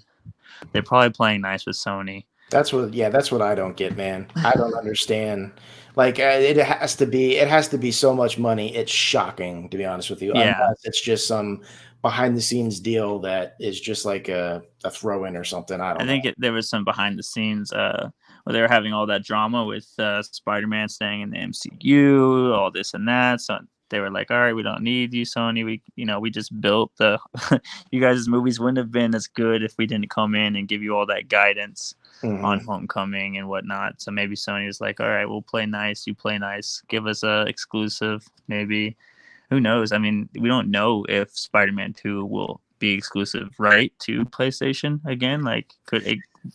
I mean, it's being done by it's more than Insomniac. likely. If they're first party, I don't know, man. But the MLB The Show is a first party studio too, and I think it's more than likely, but at the same time, I think Disney knows how to make money, and I think they would probably, if they could stop it, then they probably want to make more money. That's just the way the world works, you know. And Spider-Man wasn't always exclusive like that. I mean, I used to play on my GameCube, Spider-Man 1, Spider-Man 2 on my Xbox. Like, dude, just I don't want to cut you off, but just to go with your point, just imagine, like, if they're sitting at like 15 million sold or something, or it's probably more now, but just imagine if they would have shipped that game on Xbox and PC. Just how many more copies would they have sold? They could have easily doubled it. They could have been 30 million. Absolutely. Yeah. It's silly, honestly. Yeah. I think it would be horrendous to see another exclusive go their way. If that's the way Daredevil plays out, I don't think it'll be as popular. I mean, it'd be hard. The guys, I don't know how they'll do it. It'd be interesting to see how they do it. If it's just going to be a regular, like if it's over the shoulder or whatever, if it's a third person view, like, are you going to see it how we'd see it? Or are they going to have a special effects because he's blind and he sees in that weird different like color dynamic, you know, he sees sound and whatever, you know. That's an interesting game to me, but it won't sell like Spider-Man did. So maybe that will, if that happens, that will sway Disney's mind into giving it exclusive, because even that would sell better across all the platforms than just on Sony's, you know. So I mean, well, look, I said, all I can say is that I would like to see Microsoft make a move on a first party. Wilmy, are you back, sir? Wilmy Hood, are you there? I can't hear you, brother. Hold on. Okay, the mic's now I can hear you. Now I can hear you. All right, so Wilmy, I wanted to come back to you. You stepped away for a second. I know you said your dogs were going ballistic. The question from the business mindset is that, you know, I know you don't know a lot about Sony's first party, and that's fine. The question I want to pose to you as we close out this topic, when we move on to one of the next bigger ones, is, do you think it would become an issue that may have to be addressed much sooner than later for Phil Spencer if Daredevil did in fact become the third IP to be exclusive to the Sony console, potentially being a PS5 exclusive? If I knew how popular Daredevil was, or whoever you're talking about, then that would make a difference. Well, I mean, just in general, not so much knowing the character, but just in general, generally speaking, if they do get another Marvel character locked up behind the Sony box, being the PlayStation 5, do you think it's time for Phil Spencer to step in and say, okay, they have to get their own Marvel IP that as an exclusive? They should probably buy something along that line and quit buying people to switch over to Mixer. Yeah, that's true. I agree. I mean, how much money have they dished out to these streamers to bring them over to Mixer? They probably could have bought several people from Marvel by now. I mean, they've spent a lot of money. I'm not a big fan of Mixer. I thought that getting all these people could potentially bring back the streaming platform. I don't think it's as good as Twitch. I think it has a lot of growing to go. But I agree with you there. But you know what? Let's move on to the final topic of the evening. I want to talk about. I know I had in the show notes that we could potentially be talking about, what PS5 could be bringing to the table for their launch, but we're going to save that for another day. I'm going to talk a little bit of Call of Duty. All right. Before we do, Pixelbit G drops a $2 super chat. Hey, Pixel, thanks for being here. He says Phil should go for World War Hulk. Money talks. That would be kind of dope. Cedric H. Hey, Cedric, thanks for being here, dude. He drops a very generous $5 super chat, and he has a couple of titles here. Blade, Black Panther, or Wolverine game would be cool. I absolutely agree. Pixelbit G drops an additional $2 super chat. Thank you for your generosity. He says, wrong. World War Hulk is intelligent. Oh, he is calculating that. He was so pissed. But yeah, so listen, let's talk a little Call of Duty for a second, because Call of Duty has been around gaming since it saw life on the PC and became a mainstream series when Call of Duty 2 launched on the OG Xbox, wowing gamers, and at the time with its lifelike graphics and big time events that screamed action from start to every level on its final conclusion. Now, last year, we saw a retelling of sorts with Call of Duty Modern Warfare, which was absolutely incredible. In fact, I dare say it even surpasses, in my opinion, the OG Call of Duty Modern Warfare, which released on November 7th of 2007. And that, as if you didn't already know, has surpassed 13 million copies sold worldwide. Now, one of the most revered Call of Duties has always been the Black Ops series, and that was developed by Treyarch and released worldwide on November 9th of 2010 to unprecedented praise and commercial success. Well, thanks to an article that I pulled from Eurogamer, the next Call of Duty game is called Call of Duty Black Ops Cold War. And according to the leak backed up by their own trusted sources, it's going to be a reboot in the same vein as last year's Call of Duty Modern Warfare. Now, what's very interesting is that this Black Ops Cold War is being developed by Sledgehammer Games along with Ravensoft. And of course, like I said a second ago, it is going to be a full-on reboot the same way that they did Modern Warfare. Now, I don't know about you guys, but I absolutely thought what they did with Modern Warfare, the retelling, if you would, was absolutely fantastic. Now, if they could bring that same level of detail, that same level of insane action to Black Ops and reboot it, I am all for it. So now we're going to get into, of course, the Eurogamer actual report. Now, Eurogamer reported yesterday that Call of Duty Battle Royale Warzone has begun a set of teases. And they had a bunch of locked bunkers. Now, a few of, I'm not sure if they're hackers or, they figured a way to they have glitched through the walls. And basically they saw a Cold War era spy plane alluding to the fact that, of course, it's somehow going to be brought forward to Black Ops in some way. Now, now this is where we get into the questions. And of course, I'm going to have this for the near 300 people that are here listening to this show. For me, this is very exciting, and I, for one, cannot wait to play another retelling if it's anything like 2019's Modern Warfare. Cotton, I know that you're very excited to talk about this particular topic. For you personally, do you want to see Black Ops rebooted in the same vein as Modern Warfare? And can Sledgehammer Games actually, along with Ravensoft, bring that franchise justice?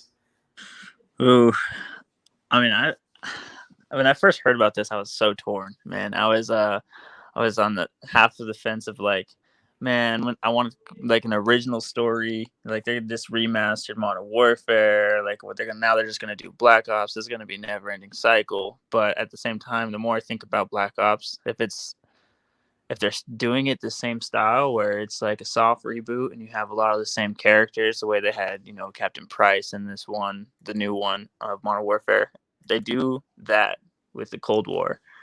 I'm all in, man. That's one of my favorite campaigns was the original Black Ops. There's so many missions in that game. The one where they had you playing roulette and Vietnam and going through the tunnels. They had you talking with JFK. Like, it's just, I'm all in. I love that story. It was great. So I'd love to see a retelling of sorts of that. But now with Raven Software and Sledgehammer Games, they do all right. They do pretty well. I think people sleep on Call of Duty Infinite. The campaign wasn't as bad as people say. I liked it. There's some huge set pieces in it. I'm excited for it. Honestly, I think Call of Duty is just going to sell like gangbusters, like you say all the time. It always does. It's gonna blow everything out of the water as far as sales go. And the way that these next consoles go, if Xbox can get the marketing for this, I think it would be huge because people love Black Ops. A lot of people that I play Xbox with were a little bit like my younger cousin and his friends. They all started playing Call of Duty on Black Ops. They missed the whole Modern Warfare 1 and 2 hype train that was unstoppable. And now they're kind of just getting into it with Modern Warfare 2019. So I feel like it'll really take off if Xbox can get the marketing rights to this Black Ops and kind of trick people into thinking, hey, you can only get it here, or we have the DLC that's going to be for a month exclusive or whatever. That's going to be huge for Xbox. I think they knock it out of the park. They most of the time do. I want to give Raven Software and them benefit of the doubt with this one. You know, they have. It's not like they can't share assets and talk with people from Treyarch. Part of it made me think at first that it was going to be Treyarch, and maybe we could get some more Nazi zombies out of this, which would be amazing. But I'm interested, man. I'm excited. I love, like I said, Black Ops 1 might be my favorite Call of Duty campaign. Just to see something in that vein, in the Cold War, all on the new consoles. I'm ready. Take my money already. Yeah, no, I'm one of the suckers. No, that's okay. That's okay. I mean, listen, dude, it's Black Ops 1 is probably one of my favorite games. Not my top. My top is Warfare. But Wilmy Hood, let's bring you back into it as long as your dogs aren't attacking you. Wilmy, are you It's only one dog, dude, and she doesn't like fireworks. Oh, okay. She got spooked then. Listen, obviously, Call of Duty. I think everyone does. And last year's Modern Warfare really sold well for Activision. And you know what? It seems as if they want to start rebooting a lot of the Call of Duty stuff. And that's the biggest rumor that we're getting from Eurogamer, is that Call of Duty Black Ops is going to be subtitled Cold War.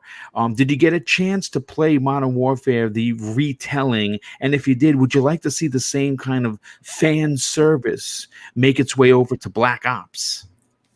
I did play the remake. I bought it the day it came out. But here's my thing, man. I think Call of Duty, and we all know they sell like crazy every year they release. Give me something different. Quit giving me, the same game with polish. It's almost like they're running out of ideas. The last Modern Warfare, the new engine was amazing. I have played the hell out of this game. Yeah, me too. And Warzone, I have been all over Warzone. Oh, yeah. Matter of fact, played it for a few hours yesterday. But I just want to see something different. It's almost like they're running out of ideas now, so they're just going to go back and, remaster everything at this point. I'm hoping that's not the case. So that's just my whole thing. I hope they come out with something different. Maybe don't go back to like World War II or the Korean War, maybe Vietnam, or come forward, to the 90s or something. But, just come up with something different. That's okay. I see your point. I mean, a lot of people are not happy with the the wall running. A lot of people wanted more boots on the ground. Real quick, this just came in. PlayStation, the official PlayStation Twitter account, just tweeted that Call of Duty World War II is one of the PS Plus games for June. That's a big. It's funny you talk about World War II. That's the game that they're going to be giving away for free. So if you don't own it, you'll be able to download it as long as you're a PlayStation Plus member. But Cybernox, let's bring you into this conversation. Call of Duty Modern Warfare, the retelling, sold like gangbusters, and no, I don't think anyone's surprised by that. And Black Ops being, I think, even more popular than of course Modern Warfare, is getting the new engine treatment, and it's called Cold War. What are your excitement levels, and do you want to see them really take this up to turn the dial to 11 for Black Ops for this year's Call of Duty?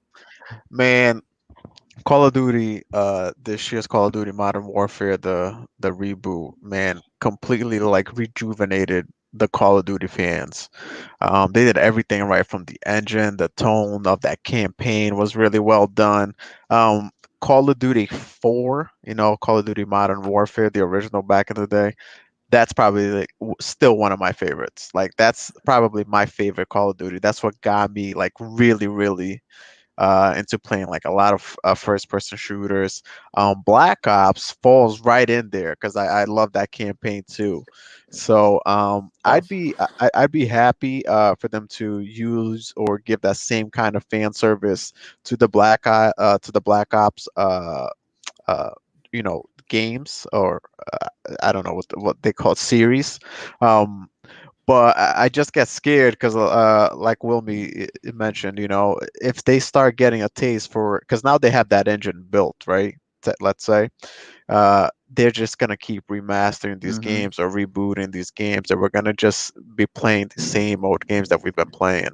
I would love for them to try to something new, but they've tried so many different things that they've been to space. They did Advanced Warfighter, I think it was called Advanced Fighter. I can't recall, but Advanced Warfare. Yeah. Advanced Warfare, yeah. So where can they go? What can they do? So maybe they should just take a break, and when the next Call of Duty game comes out next year, what happens to this war zone? Is it going to be like what happens Right. to Blackout? So it's tough, man. They're in a tough spot right now, but I would love to see it, just because I'm a fan of that first Black Ops. Yeah. So yeah, man, that story was great. Modern Warfare still carries the torch for me personally. I think they won a lot of gamers' hearts when that released back in the day, and it won a lot of gamers' hearts this or last year when they rebooted the series, and they did it right. That engine looked amazing. It was something that they needed to be done. They were using the same engine for I don't even know how long, and people just got tired of it. So yeah, they did it right. Warzone's an amazing game. I'm addicted to that mode. I bought the battle pass. I'm all in. So I enjoy first person shooters. I enjoy the fast pace of it, and yeah, if they do something similar to Black Ops, I'll be excited for it. No, I mean, listen, I want to see Black Ops 1 done with the new Call of Duty engine. I think it's going to be absolutely amazing. Now, And they'll change it. I'm sorry, and they'll change it enough too, kind of like what they did with Modern Warfare. yeah, They'll feel like something different. Yeah. Yeah, it would definitely feel new. You'll have some instances that will give you reminiscence of the old one, but they'll make it new enough where it's not going to be a retelling. Kind of like the HD remaster, which I thought was absolutely fantastic, which was $20. But Tempest Son, you are our resident assassin when it comes to online multiplayer. We know your opinions on Warzone.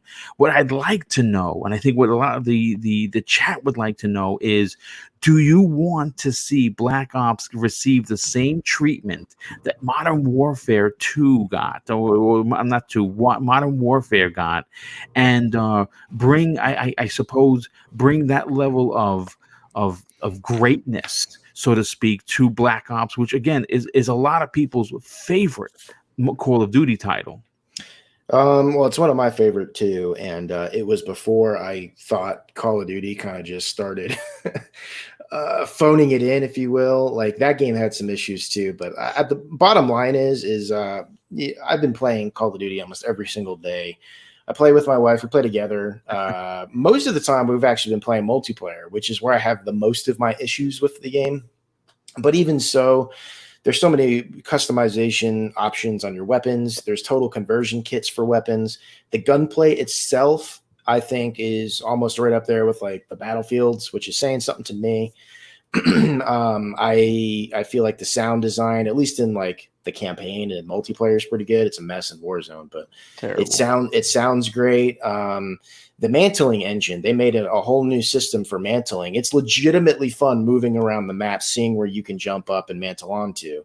A lot of people don't take advantage of that, but there are some really cool places, probably broken places you can get to. But there's a lot of stuff to love, and that's why You would I play know it. something like that. Yeah, You would know something like that.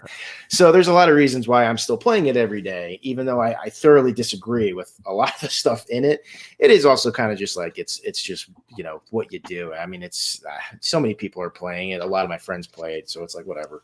But I feel like a remake would be amazing. It needs to be gritty, needs to be dirty, It needs to set itself apart.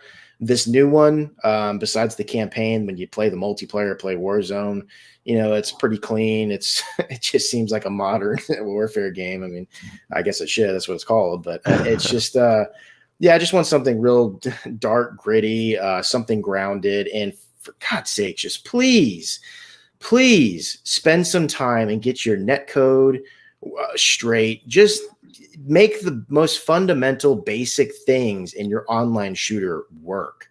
Like if they were to just do that and not build the game to be campy by design, this one is, I'm speaking strictly for multiplayer here because that's what I mainly do, but it is by design. It is made to turn everybody into a camp fest. It is literally made for that. Now you can set kits up and you can try to be run and gun. You can try to think outside the box. That's fine. But if you get a full team against you and they just want to camp, you're done. You're toast. It sucks. So just get rid of that, undo some of the changes they made with this game, and you're going to get the hardcore back that are pissed off with this current iteration of the game. And if you put in the same quality, the same customization, all that stuff, you're going to get the current people that love the game back too. But as far as just it being the Cold War, I think that's fine. I loved Black Ops 1, so I'm all for it. I just hope they had enough time, because if anybody remembers, this is a wacky development cycle. Yeah. This was supposed to be done by Sledgehammer Games, and they got pulled off of the project like a year or more into the development, and they handed it to Treyarch. Treyarch should have technically have had a whole nother year to finish whatever game they were working on. So I feel like they should delay it, but Activision will never, ever let that happen. Yeah. So I'm just forewarning everybody. I'm hoping it works out great, because I get suckered into buying a Call of Duty every single year. So for my sake, I hope it's great. But I'm just warning everybody, this might be a broken mess. And that's just because they're putting this thing together in quite literally a few months. Like I think it was late last year or early this year that those rumors came out that they got pulled away from their project and they had to scramble to make. It's probably why we're getting another remake, to be honest with you. That's probably why. So just be forewarned, it might be a hot pile of garbage when it comes out. I hope it's not, but it will still sell like crazy. And that's what pisses me off, man. Year after year, the netcode gets worse and worse and worse, and hardcore shooter fans just get stuck with garbage every year, and you just see the sales numbers rise. I don't get it. I really don't.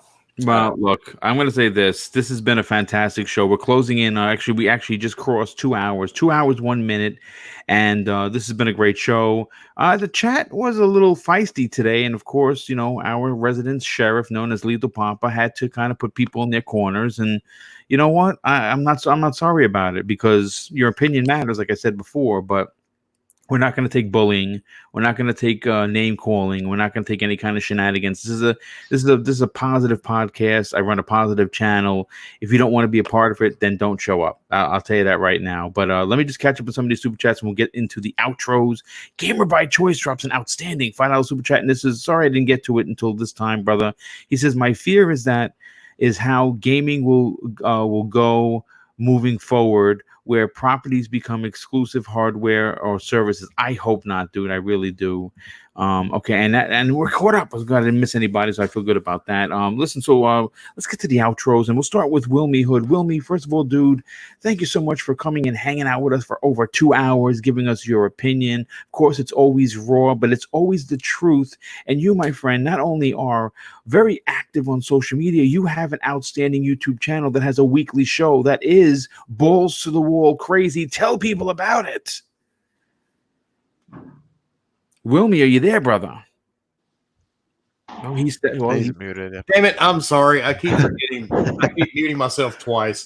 You can find me every Wednesday night on YouTube at Wilmy Hood doing Gaming Beyond the Box. Me and the Forking crew.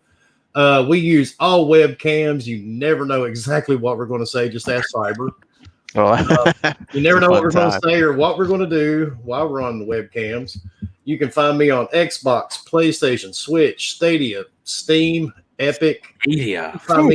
You can find me everywhere. Just type in Wilmy Hood. I mean, everywhere. Facebook, Instagram, Twitter. I just play games, man. That's all there is to it. And it was good being here. And Cyber said he was happy to be here because this was a lot easier than the show he did last week.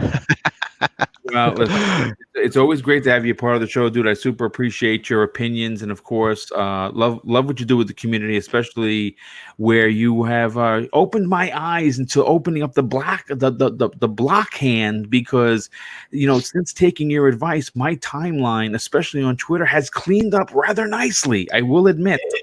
It's amazing when you take out the toxicity. And I always tell people, man, there are more, really great gamers out here. You just have to weed through all the toxic douchebags. Yes. Once you weed through those, Twitter's a much better place. Well, real quick, I got to give a shout out to Matt Burns. He actually makes a great a great statement. He said, "All opinions are welcome. Please be respectful to others." And I think that is what we're going to close out the show with, because I think that's a strong statement, also a very true statement. But next up, our returning guest, Cotton. First of all, thanks so much for hanging out with us. Love the energy and opinions you brought while we were talking to you this evening. Do me a favor, dude. Tell everyone where they can follow you on social media. Awesome. Yeah, thanks for having me, man. Thanks. It was fun chatting with you guys. Tempest, Cyber, cool to meet you, Wilmy. Chat was pretty dope tonight. Thanks. You guys can follow me on Twitter at Cotton McCast. It's one word, kind of like Cotton McKnight, if you've seen the movie Dodgeball. Yes. Yeah. Great film. You can add me on Xbox at Terryfold, one word. I'll be playing a lot of Warzone. It's good to be back. Hopefully be on another time. So thanks for having me, man. You can find him on ESPN The Ocho. Yeah, The Ocho. The Ocho is my residency. So tune into that. I keep looking at your avatar thinking of Office Space. Oh my God! Yeah, yeah, he was. Yeah. Well, listen, Cotton, is great to have you a part of tonight's show. Next up, you know him again as our resident sniper elite. He is someone who doesn't mess around when it comes to playing online multiplayer, especially when he teams up with his wife. You're getting your throat cut. Please, thanks for being here, Tempest, son. Where can people follow you on social media, but more importantly, get sniped and killed by you playing Warzone? Oh God, it makes me laugh every time. At the Tempest Sun on Twitter, and the Tempest Sun is my gamer tag. And if you want to get sniped or your throat slit, man, just come talk to me. Sounds like a good time. Yeah, sounds like a great time. Well, you know what? They could actually be on your team, and you could do. That's true. Yeah, that's the way it should work. Yeah, that's right. Get those W's then instead of the L's for sure. But thanks so much for being here. Last but not least, in no way possible, Cyber Knox. Thank you so much for hanging out with us for 2 hours. This show works because we have you. We have Forte, who was unfortunately, Forte missed tonight's show simply because he was spending time with the family. And guess what, folks? This is a family first show, and it's more important. And he will be back next week. But Cybernox, thanks for hanging out with us. Do me a favor, dude. Tell everyone where they can follow you on social media, but more importantly, check out your YouTube channel. Yeah, absolutely love being here on Mondays, man. It was great talking games with all you guys. Chat, you guys are great. Got a little spicy in there, but that sometimes could be good, just find me on Twitter at Cybernox, Cybernox everywhere else as well. YouTube, Twitch, Xbox, like I said. It's great to be here. Wilmy, whenever you want me back on that show, you just let me know, bro. I had a great time. You got to make sure you got the webcam ready now. Hey, I know. I got to get everything ready. Make sure you guys go ahead and, check everyone here on the panel out. They do phenomenal shows. Everybody's a gamer here first. And, can't wait for next Monday. Yep. Well, listen, thanks again for being here, dude. Of course, this panel was incredible. We had 300 people watching. I want to thank the chat. Of course, I have to say this, and I would be remiss if I didn't. I want to thank everybody who dropped the super chat in. That is tremendously generous of everyone, especially when you do multiple drops in a single show. It is truly and honestly and greatly appreciated. Thank you, everyone, for that. And of course, we're going to close out the show with something that my dad taught me, made me a better police officer, made me a better human being. And I think it will help you in your life as well. And two things that I thought that he taught me that were super important, especially now with the way the world is treat others how you want to be treated. And also, it doesn't cost anything to be nice. You live by those rules, and I can guarantee you are going to have an awesome day. Take care, everyone, and we'll see you next week on the newest episode of Primetime Gaming with Mr. Boomstick and Friends.